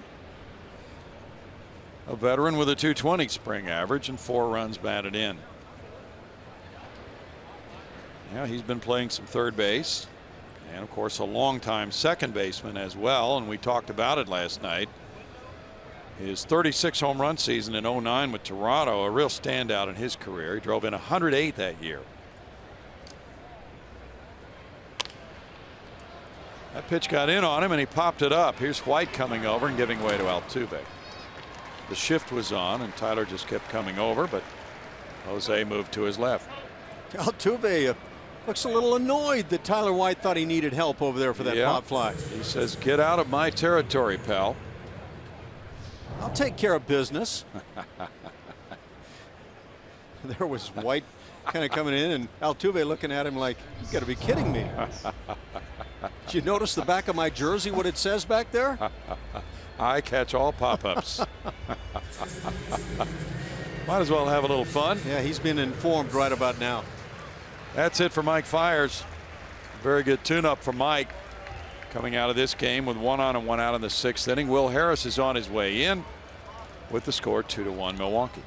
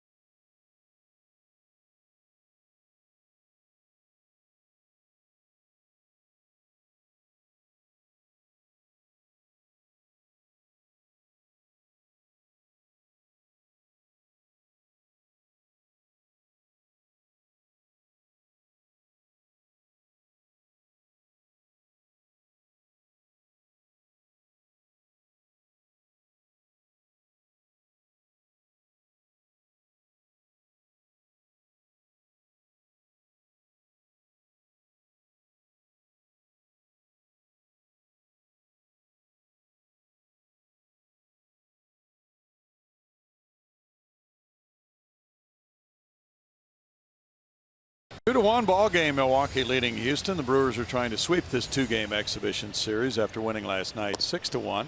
Will Harris comes into the game for the Astros. He had an excellent year last year. Pitched 68 times, working 71 innings. That was 4th among relief pitchers in the American League, and he's come into spring training with an ERA of 0 through 7 games. Yeah, that was clearly his best year in the big leagues, now with 4 years under his belt. And I think the Astros find him in that category of we're counting on you to do big things. Jonathan Lucroy is 0 for 2.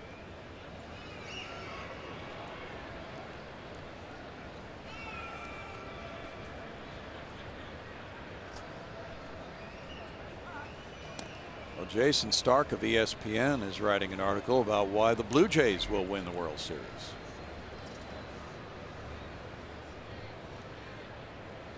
Well, if he is, I'm betting right now that he's including the long ball that they'll hit. Ooh.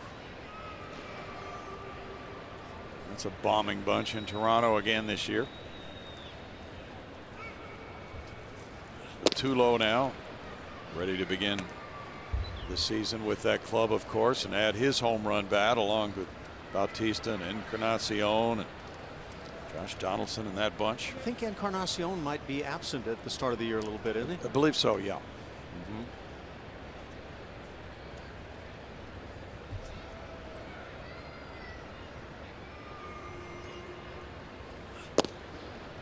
Harris missing, goes to a 2-ball no strike count. Will, 31 years old, was born in Houston, pitched at LSU. And his baseball travels began professionally in the Colorado organization. Then Oakland claimed him on waivers. Arizona took him on waivers. And Houston was the 3rd team to make a waiver claim on Will Harris. Boy, did it ever take with the year he had last year. What a great claim that turns out to be. Out to center for Gomez. 2 down.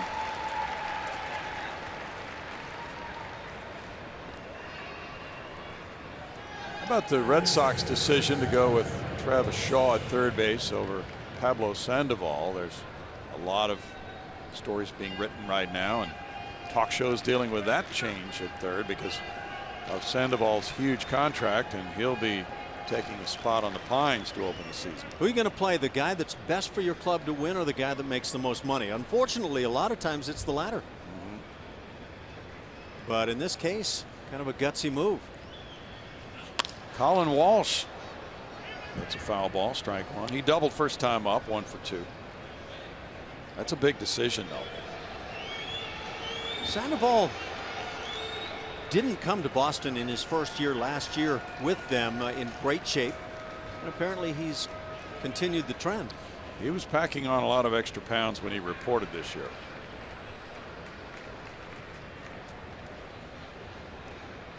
It's funny how stories go, because one of the stories I had heard was that he had shed a number of lbs and was ready to go. It's interesting that players who spend the winter sometimes in the Dominican, Venezuela, some of the other countries, reports frequently do not get back to the big league club about what kind of condition they're in. And when they show up in spring training, and surprise. You know, we saw early in the game Tyler White unable to corral a low throw from Jose Altuve. Altuve was charged with the error, but a play not made by Tyler White. It's amazing how this game goes, and now White twice in this inning has been challenged with low throws, even one bounce throw now coming from the hill. Strikeout of Walsh. It's no runs a hit and a man left in the 6th inning. It's 2-1 Brewers.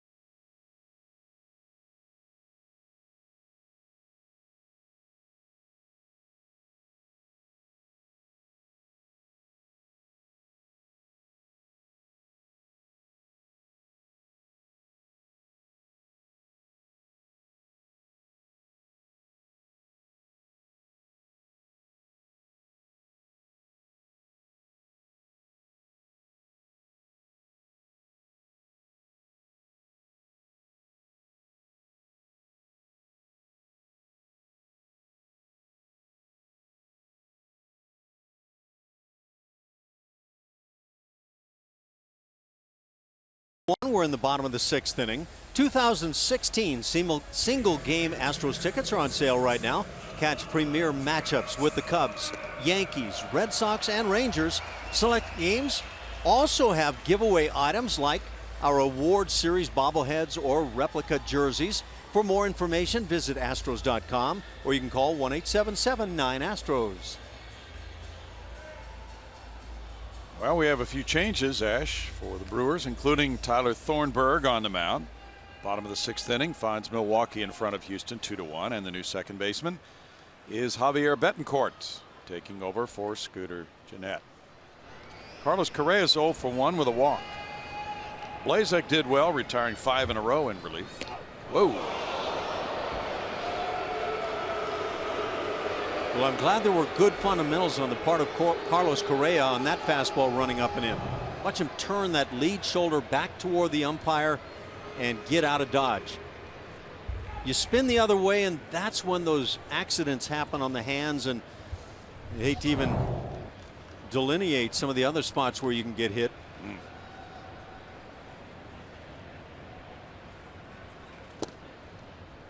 And of course, the next pitch is outside corner at the knees. That always happens, right? One seam caught the corner and the bottom of the knees. Thornburg has an ERA of 8. He spins that one up for strike 2. It's 1-2. As far as I can tell, he's really good 2/3 of the time right now.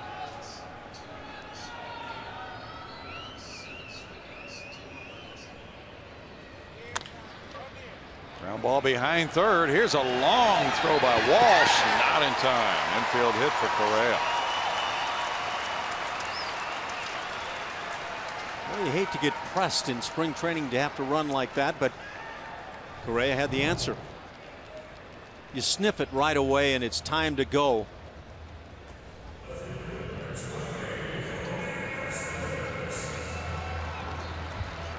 And he can get down the line.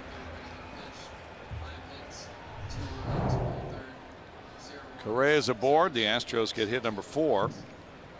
I bet you AJ was reluctant to watch his star shortstop go down the line on that one. Yeah. Colby Rasmus lined a single to right field in the 3rd. He's 1 for 2. The shift is on for Colby. There's ball 1. Mike Fiers went 5 1/3 innings for the Astros, allowing 5 hits, 2 runs, no walks, 7 strikeouts. Throwing 77 pitches, 51 for strikes. Blazek in his inning in 2/3 for Milwaukee had no hits, no runs allowed, no walks, 2 strikeouts. In for a strike, and it's 1-1.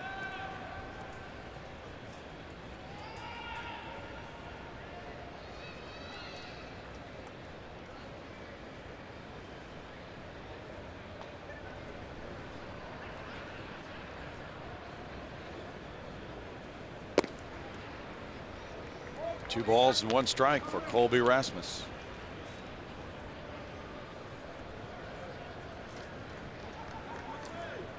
Thornburg pitched briefly in last night's game. Well, the same may be true today with Luke Gregerson. Going back to back with an outing yesterday. That's into right field and bouncing and going off the wall on a hop. Correa racing to third. Gary Pettis stops him there on a double by Rasmus.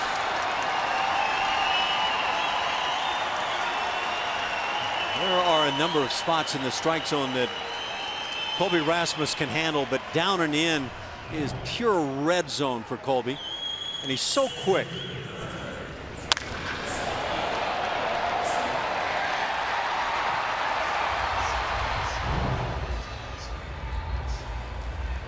Colby comes out for a pinch runner, Teoscar Hernandez.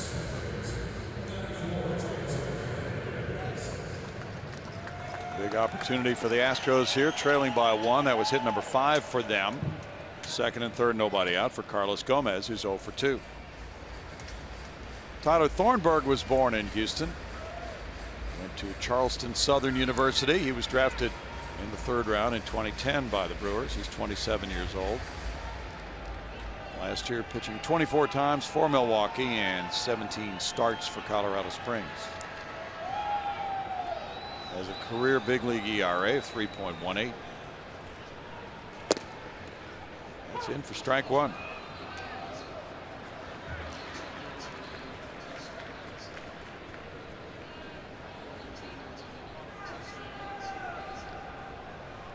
Tyler White's on deck.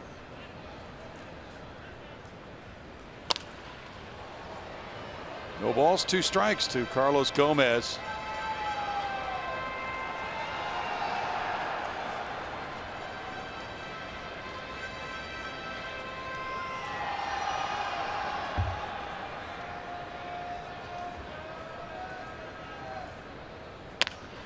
Liner to right, and that will get 2 runners home to give the Astros the lead.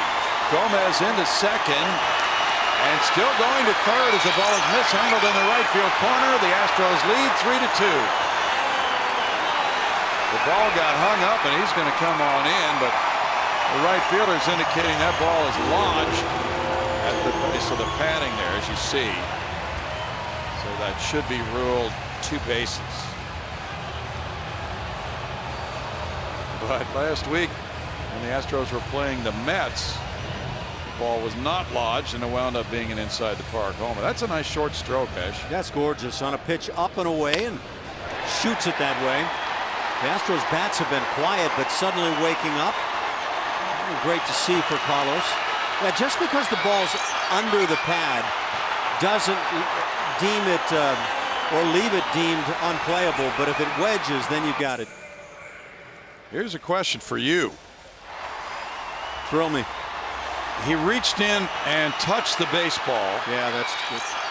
I don't think you're supposed to get a 2-base call if the outfielder does that, are you? So what that leads me to ask is, can you review that kind of a scenario? Oh, good point. Strike to Tyler White. Don't know the answer to that.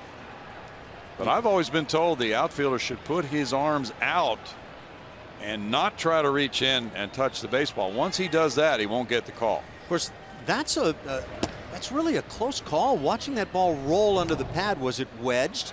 Right here, watch. Is it wedged? No.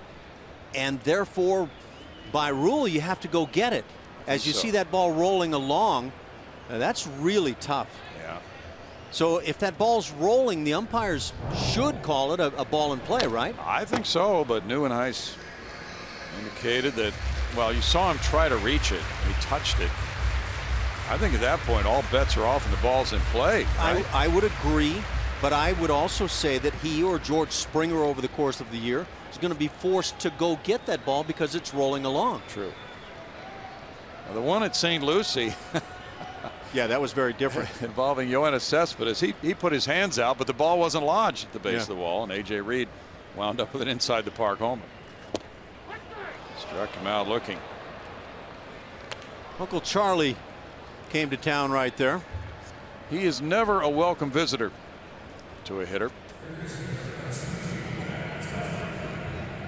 The bedroom is never made up for Uncle Charlie. He shows up at inopportune times.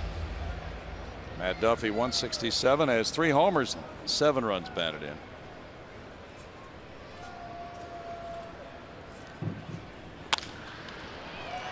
Gomez going to third on the bounce of the shortstop, and Rivera makes the play. 2 outs. With 1 out already on the board, that probably enabled Gomez to take third, but that play might have left an opportunity at shortstop to get the lead out. Yep.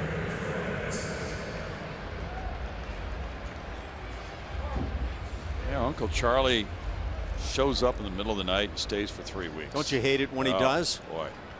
Yeah, just when you're looking for the heater, the old dreaded uncle shows up and he'll lock you.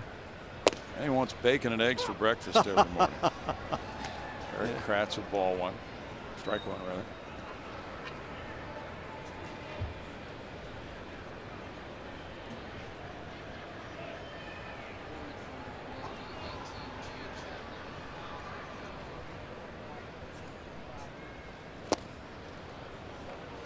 No balls, 2 strikes to Kratz. We had the uniform change coming from the Padres and his non-roster status after the Straley trade took Dan out to San Diego, and Kratz becomes the backup catcher for the opener. Max Stassi opening on the disabled list after his hand surgery for the hamate bone. 1-2. So with Evan Gattis on the DL, he would normally be the DH on opening day. Who would have been probably the number 3 starter, Lance McCullers Jr. on the DL. And Max Stassi. The Astros have 3 players who figure to be on the club not able to play for physical reasons. Here are the first few games of the season. 2-2.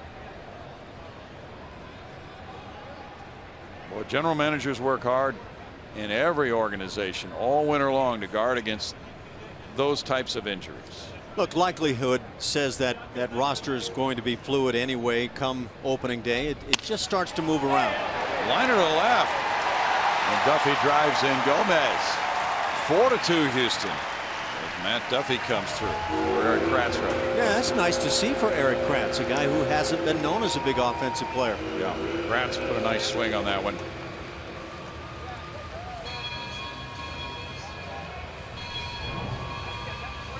Well, he got the fastball.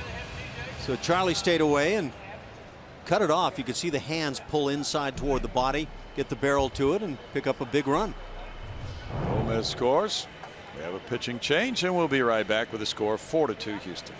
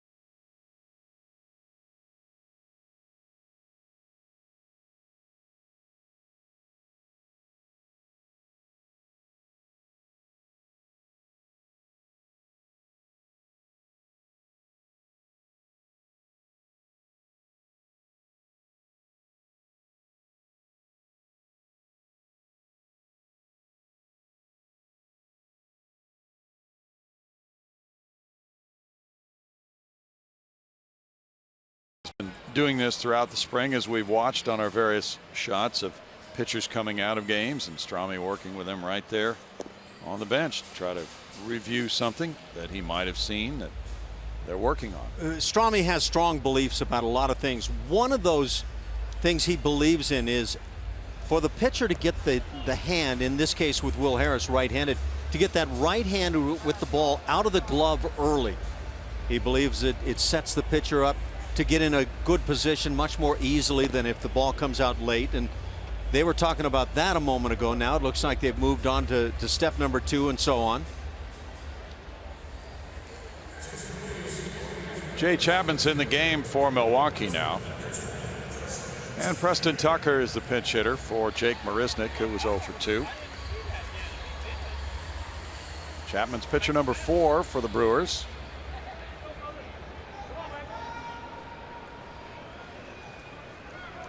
By the way, Brownie, you mentioned the Yankees with Andrew Miller.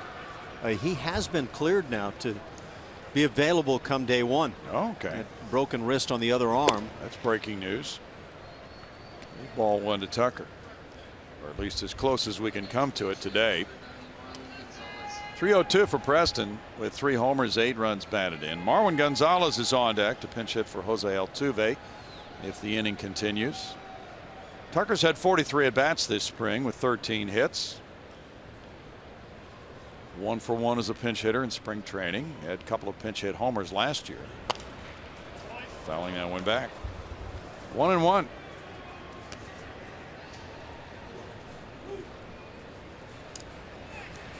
Will Smith is down with an injury for this Milwaukee club. Hard throwing lefty who was in line to at least do some closing for them this year.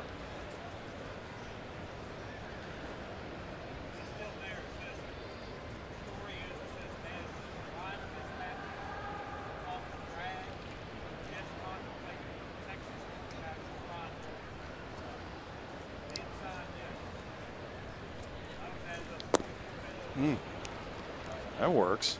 See the impact of a well-thrown changeup. Yeah. Chapman's 28 from Panama City, Florida. He has been in professional baseball since 2006. A lot of time in the minors, more than 300 appearances, 14 in the major leagues with the Cubs in 2012.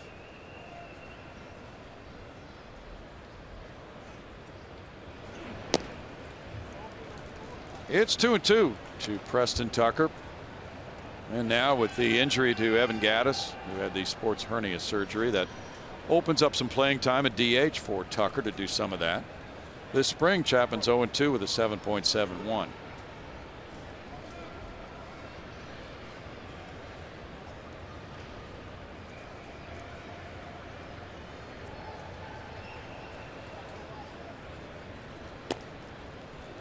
Three balls, two strikes. Changeup is really drifting, very much like Colin McHugh was having to deal with last night. Fastballs and changeups drifting to that arm side of the pitcher.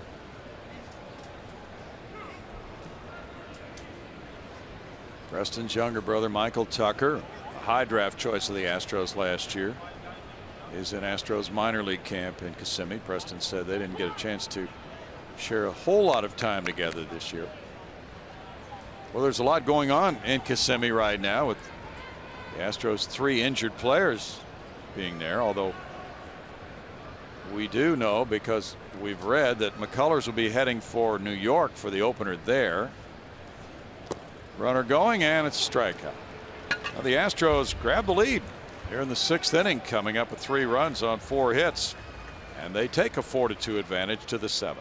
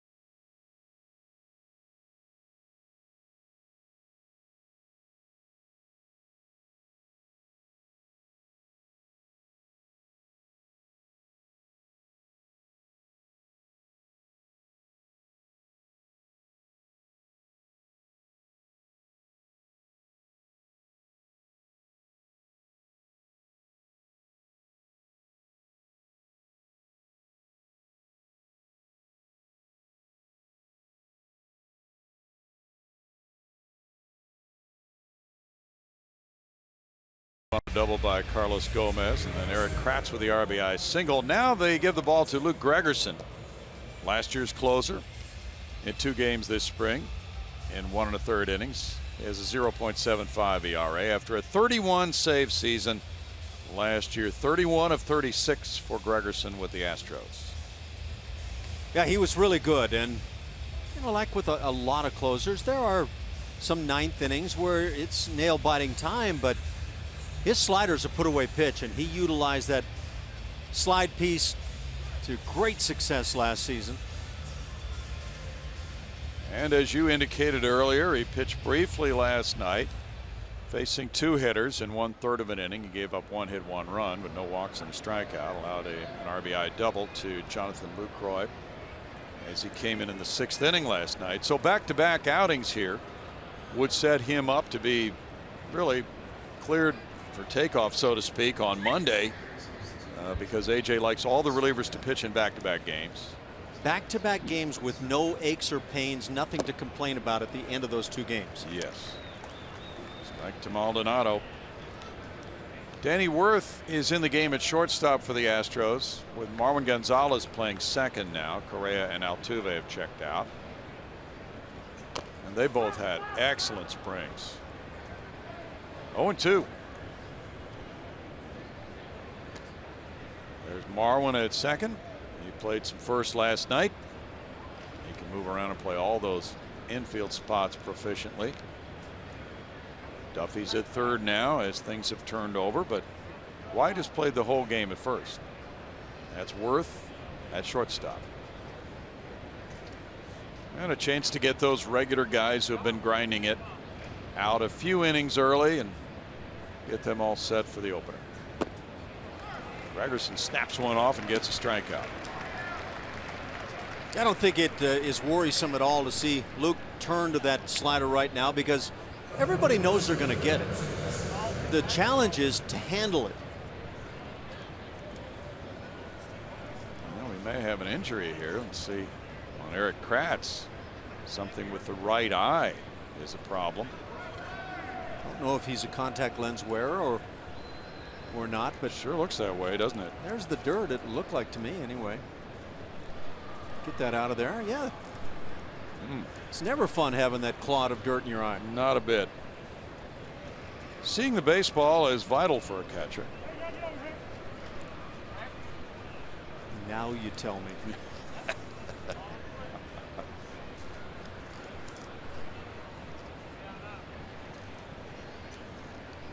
Jeremiah Randall is the new head athletic trainer for the Astros.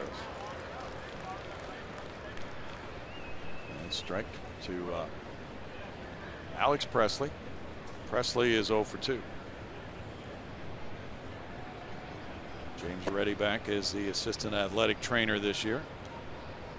Jeremiah Randall joining the club. He had been with the Pirates. Well, those guys work hard, don't they? Trainers in early. You think the players get in early? These guys have to be in there before the players. And then stay late. 1-1. A lot like you, Brownie. Yeah, right. Hey, we're excited about that travel day tomorrow, Ash. Be there on time, pal. Luggage in hand. Gregerson. 2 outs. To see the brand new Colby Rasmus red suit. Is that going to be featured tomorrow? Well, we'll find out. Maybe he won't break it out until opening day. A little bit like rookie dress-up day, although nothing at all like it. The forecast is not that good, is it? Tomorrow's forecast, we have local rain, or were you talking New York? More like, well, Tuesday's an off day, so that doesn't matter. But the forecast is possible snow that morning. I think for the opener, the high is supposed to be what, between 45 and 50. That's not bad. Well, Tuesday sounds perfect for you with the kayak. Oh, it is perfect for kayaking around Manhattan Island. Yeah, take about 4 or 5 days to get around the island, and that'll take care of the series. 1 ball and 1 strike. And Milwaukee's going to be a little chilly too, pal. Yeah.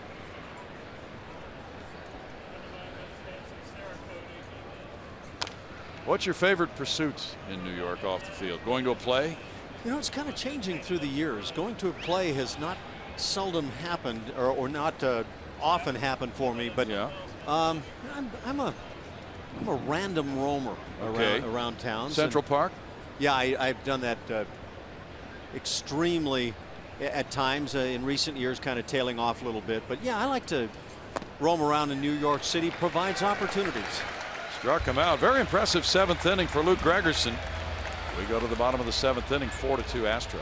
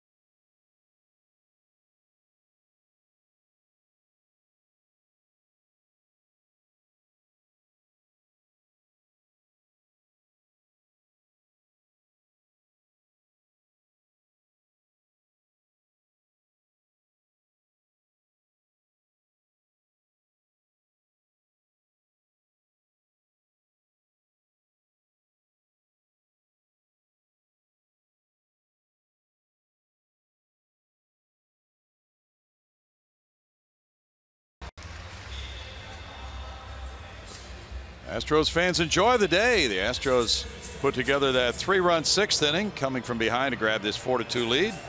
And they are enjoying this 7th inning stretch at Minute Maid Park. Last spring training game. And the next time they'll be here will be for that opener on the 11th with the Kansas City Royals.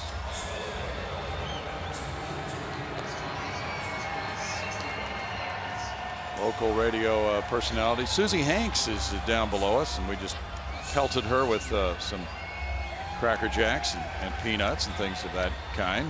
There's a youngster enjoying the day as well. And Blaine Boyer is warming up now for Milwaukee. He'll be pitcher number 5 for Craig Counsell. Have you gotten enough preseason pelting in to be ready for the season? Well, we need some more practice, don't we? Spring training for everything. Boyer well traveled, has a 8.38 ERA this spring. He was with Atlanta earlier in his career. Last year with the Twins, 3-6 with a 2.49 ERA. And it's kind of puzzling that he didn't sign until February 12th after a year like that, Ash. You would think so, yeah. Boy, what a time of year it is for these guys that are right on the edge of making a big league club. Maybe not, maybe playing in the minor leagues, and some that you talked about guys getting released at this time of the year. Yeah. It's really tough. Marwin Gonzalez gets it going. First time up today for Marwin. He takes strike 1. He has really looked good with a bat this spring. I think he's borrowed George Brett's home run bat with the pine tar all the way up there in the heart of things. Is that reviewable? Not anymore. Oh, At one time, yes, I would say. But I think once the umpires got overruled on that one, they said, "It's in your hands now. We're not touching it." Yeah. Right off the fist, it rolls out to the shortstop in the shift. It throws him out. Well, he got severely jammed on that one. Well, there is some pine tar on that baseball. Oh, Get yeah. that thing out of play. There, here we go. All right. Let's see the No. Oh, yeah. There it is. course of activities with that bat. Thought he got stuck on the top step, Ash.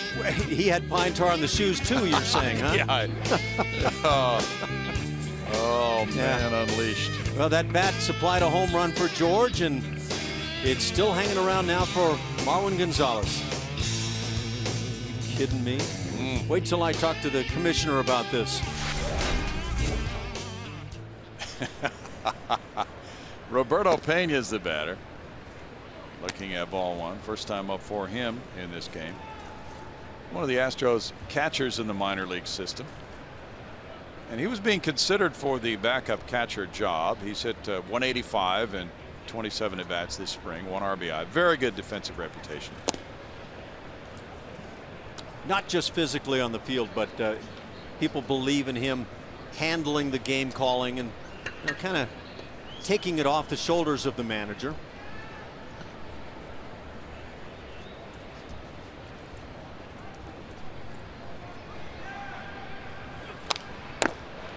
Foul ball back, makes it 2-1. Watch your lips in the on deck circle. Yes.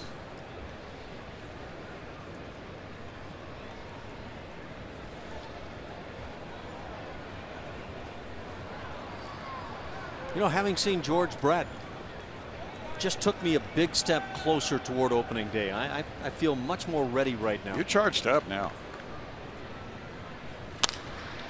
Out to center field.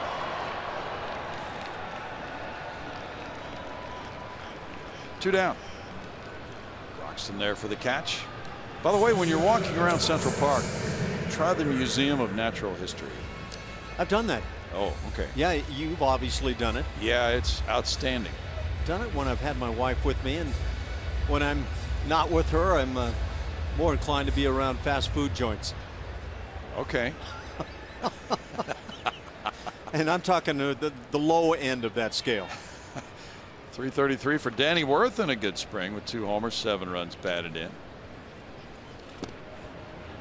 So you go to New York and you eat fast food. Yeah, it happens. Yeah.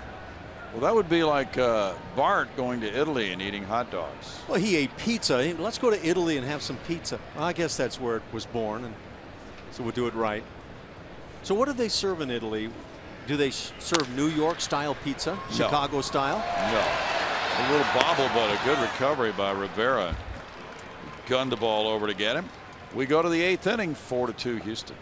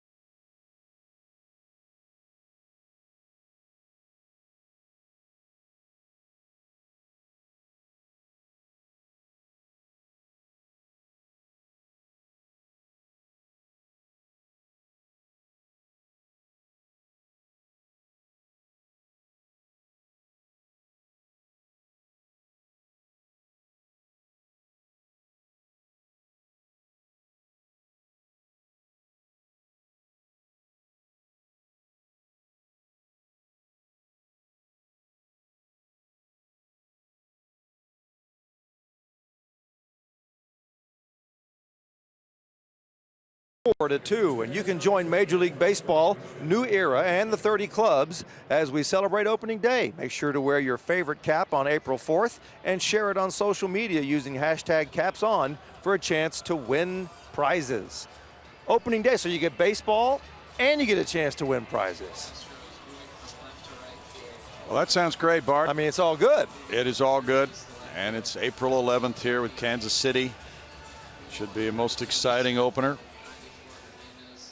We're getting some changes for the Astros, and one of them is on the mound with James Hoyt coming in. He's 1-0 with a 4.35 ERA in 9 games this spring, and Ash, you have commented on his stuff. He's really had some outstanding outings. Yeah, he's gone way beyond me in impressing people. He has had one rough outing. That was his most recent outing, and he'd like to erase memories about that. But you can see, even with the one struggling outing his last time out, the numbers are decent, and James Hoyt has shown a slider that can put hitters away as well. Luke Gregerson not the only possessor of that pitch. Danny Worth has moved from shortstop to second base. Alex Bregman is in at shortstop. Colin Moran's playing third base. And Milwaukee comes up in the 8th inning with Broxton 0 for 2. Gregerson had that 1-2-3 7th inning with the 2 punch outs. He has looked very strong. He had a lot of downtime with the left oblique problem, but has really come back nicely. There's ball 1. You know, so much is made about the closer situation on the Astros because they traded for Ken Giles, and they already had a good closer. But AJ is going to take his time with how he handles that, and we don't know when or if he'll make an announcement, but it sounds as if, and I completely agree, you know, so many managers manage to the save rule these days.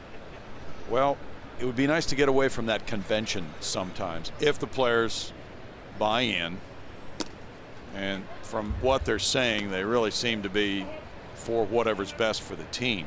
So there might be a situation, we'll say, of the opposing team coming up with the 3, 4, 5 hitters in the 8th inning. So what's your choice? Do you want more of a strikeout type pitcher? Do you want a different kind of guy? And you know, that's not saying that Will Harris can't come in and get strikeouts in the 8th inning either. So there are others who can do that, but there are some different directions in which AJ could turn.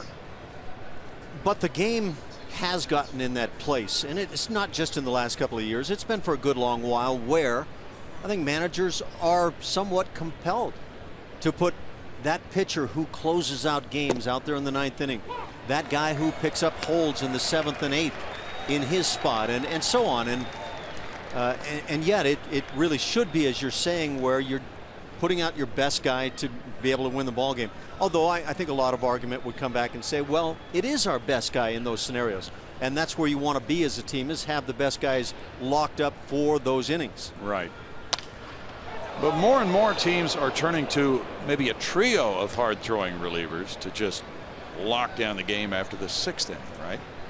Dotel, Wagner, Lidge. Is that what you're talking about? Yeah, and you know, the Yankees did that this spring. They traded for Aroldis Chapman after getting Andrew Miller last year, and they have Dellin Betances. So that's a very formidable trio. The Royals did it last year. I would say going into New York, it would be wise to take a lead through 6 innings. That is wise. Yeah. Against that bunch. Markston strikes out. And here's Hoyt, who's right on the cusp of making this club. Going for that final spot. He and Michael Feliz. But there's all this tension and drama about the opening day 25-man roster. And 2 weeks into the season, are those same 25 players going to be on the team? A lot of times something changes. Well, that's what I was saying about an inning ago, about how things are so fluid in terms of rosters once you get started into the season. Guys are just living and dying right now to be on that pitching staff, but it'll change. Neuenhuis bunts, and he's thrown out 1-3.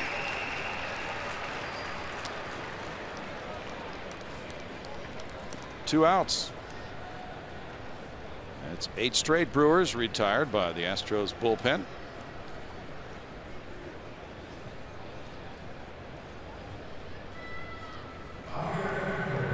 Javier Betancourt came in that big trade with Detroit.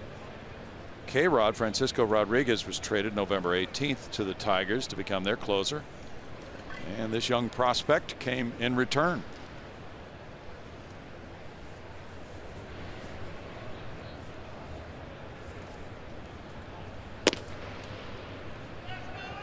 Hoyt has shown good off-speed stuff in addition to that fastball, which registered 93 there. Roger Clemens came to camp and worked with some of the pitchers on throwing the split-fingered changeup, or, if you wish, a split-fingered fastball. It's in essence a changeup, but it's thrown hard. A version of a changeup. That's exactly right.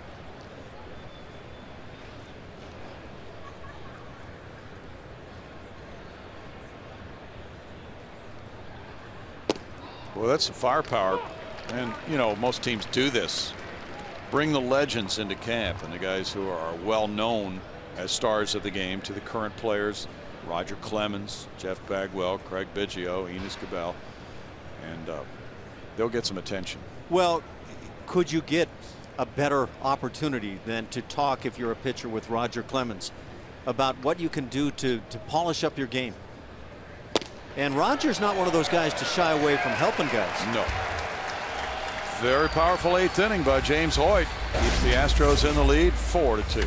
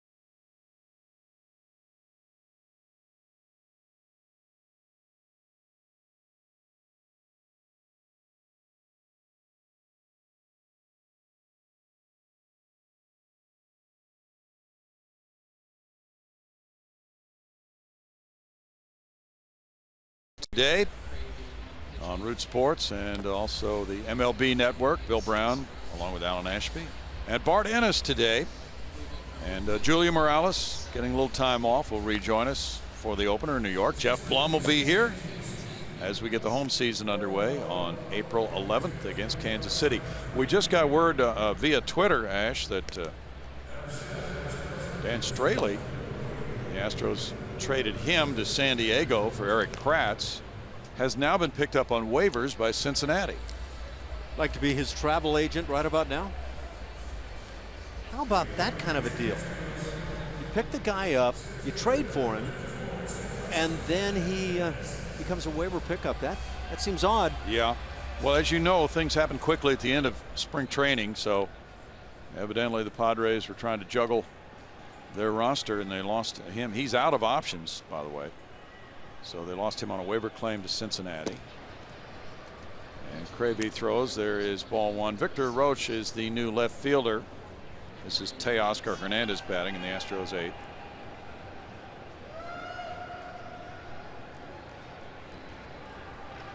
Harry Kleinman on Twitter has sent us a picture of Mount Suribachi on Iwo Jima.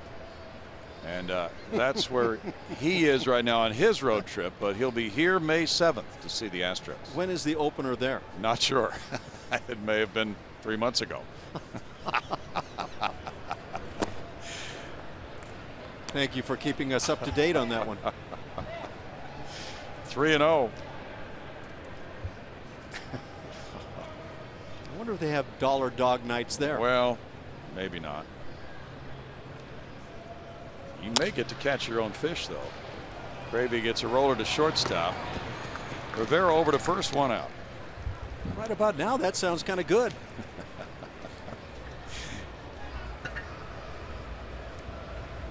Colin Moran. We were talking about him last night.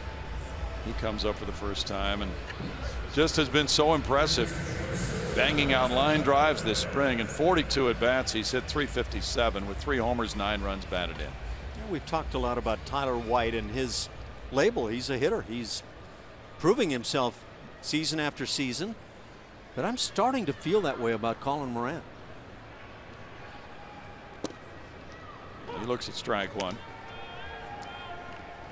Comes from a great pedigree, University of North Carolina, excellent baseball program. First round draft choice of Miami. The Astros got him in the big trade.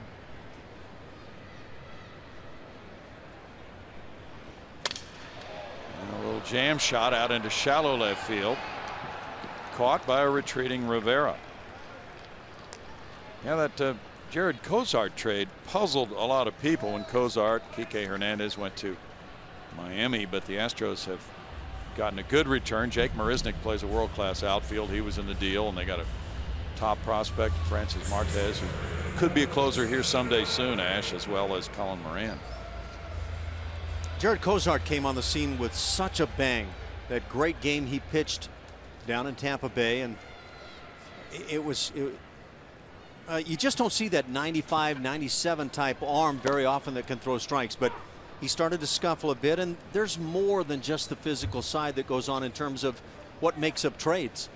And we've seen Jared not fulfill yet to this point. So hopefully Colin Moran turns into a guy that makes that deal look like a good one for Houston. Cravey misses, and the count runs to 1-1 on Tyler White, who homered in the second inning. He's 1 for 3.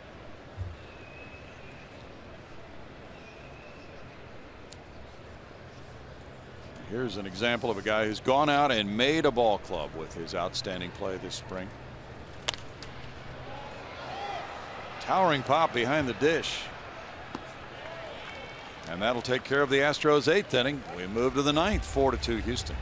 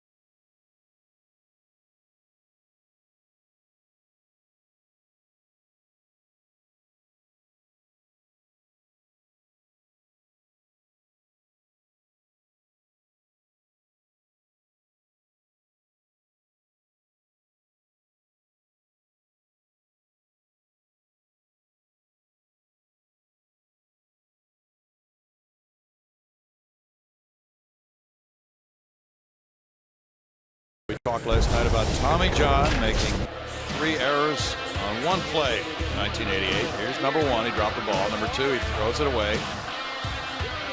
And then Dave Winfield picks it up, throws to the plate. Tommy cuts it off and throws it past Thurman Munson for his 3rd error on 1 play. Yeah, in order for that last one to be an error, obviously somebody else had to move up 90 feet on the bases, but yeah, that's kind of a special play. You know what? That might have been Don Slaught catching there. I said Thurman Munson. Looked more like Don Slaught since we got a chance to see it again. And now Josh Fields comes in. It's a pretty good catcher's name, Don Slaught. Don Slaught, yeah. Fields in 6 games this spring has a 1.80 ERA, and he's facing Aaron Hill. And throwing ball 1. Josh brought the strikeout ability to the 6th inning quite often last year, so he could be one of those guys who could escape a jam with the firepower and send the game on to the later innings like that. He's got the blow-away arm. There's no question about it. James Hoyt had a quick 8th inning in 1-2-3 fashion.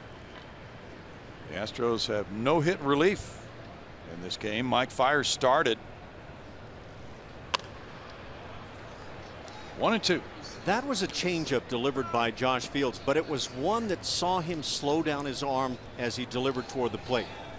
And it's, as we look at Aaron Hill yucking it up at the plate, it's something that prohibits a guy from having his very best option with a changeup. Telegraphs the pitch a little bit.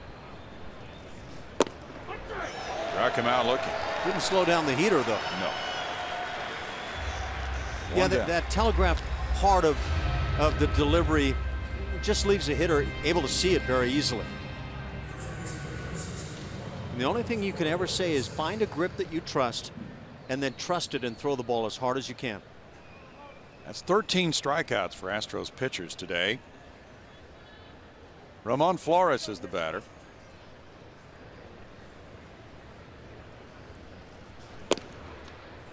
Field spots that one and gets strike 1.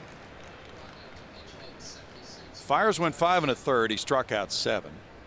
Will Harris went 2/3 of an inning. Luke Gregerson 1 inning. James Hoyt 1. They both had 2 strikeouts in their inning. Harris struck out 1 of the 2 outs he got. So it's been a firepower day for the Houston bullpen.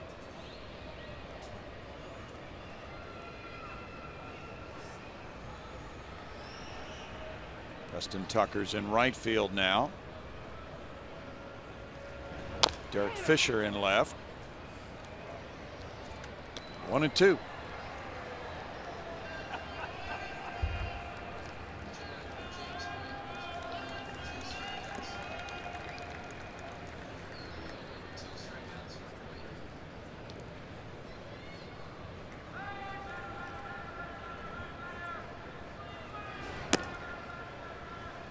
Two balls, 2 strikes.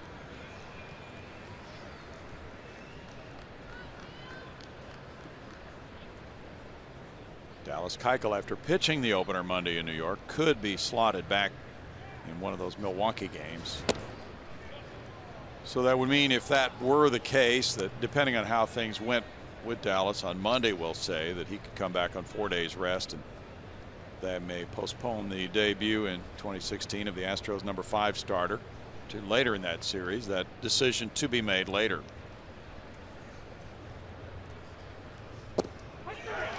Struck him out. Well, this is a big part of what you get with Josh Fields. He's a guy that can come in and for an inning strike out the side, can be so valuable late in the ball game. 14 strikeouts for Astros pitchers. And now it's Garcia batting.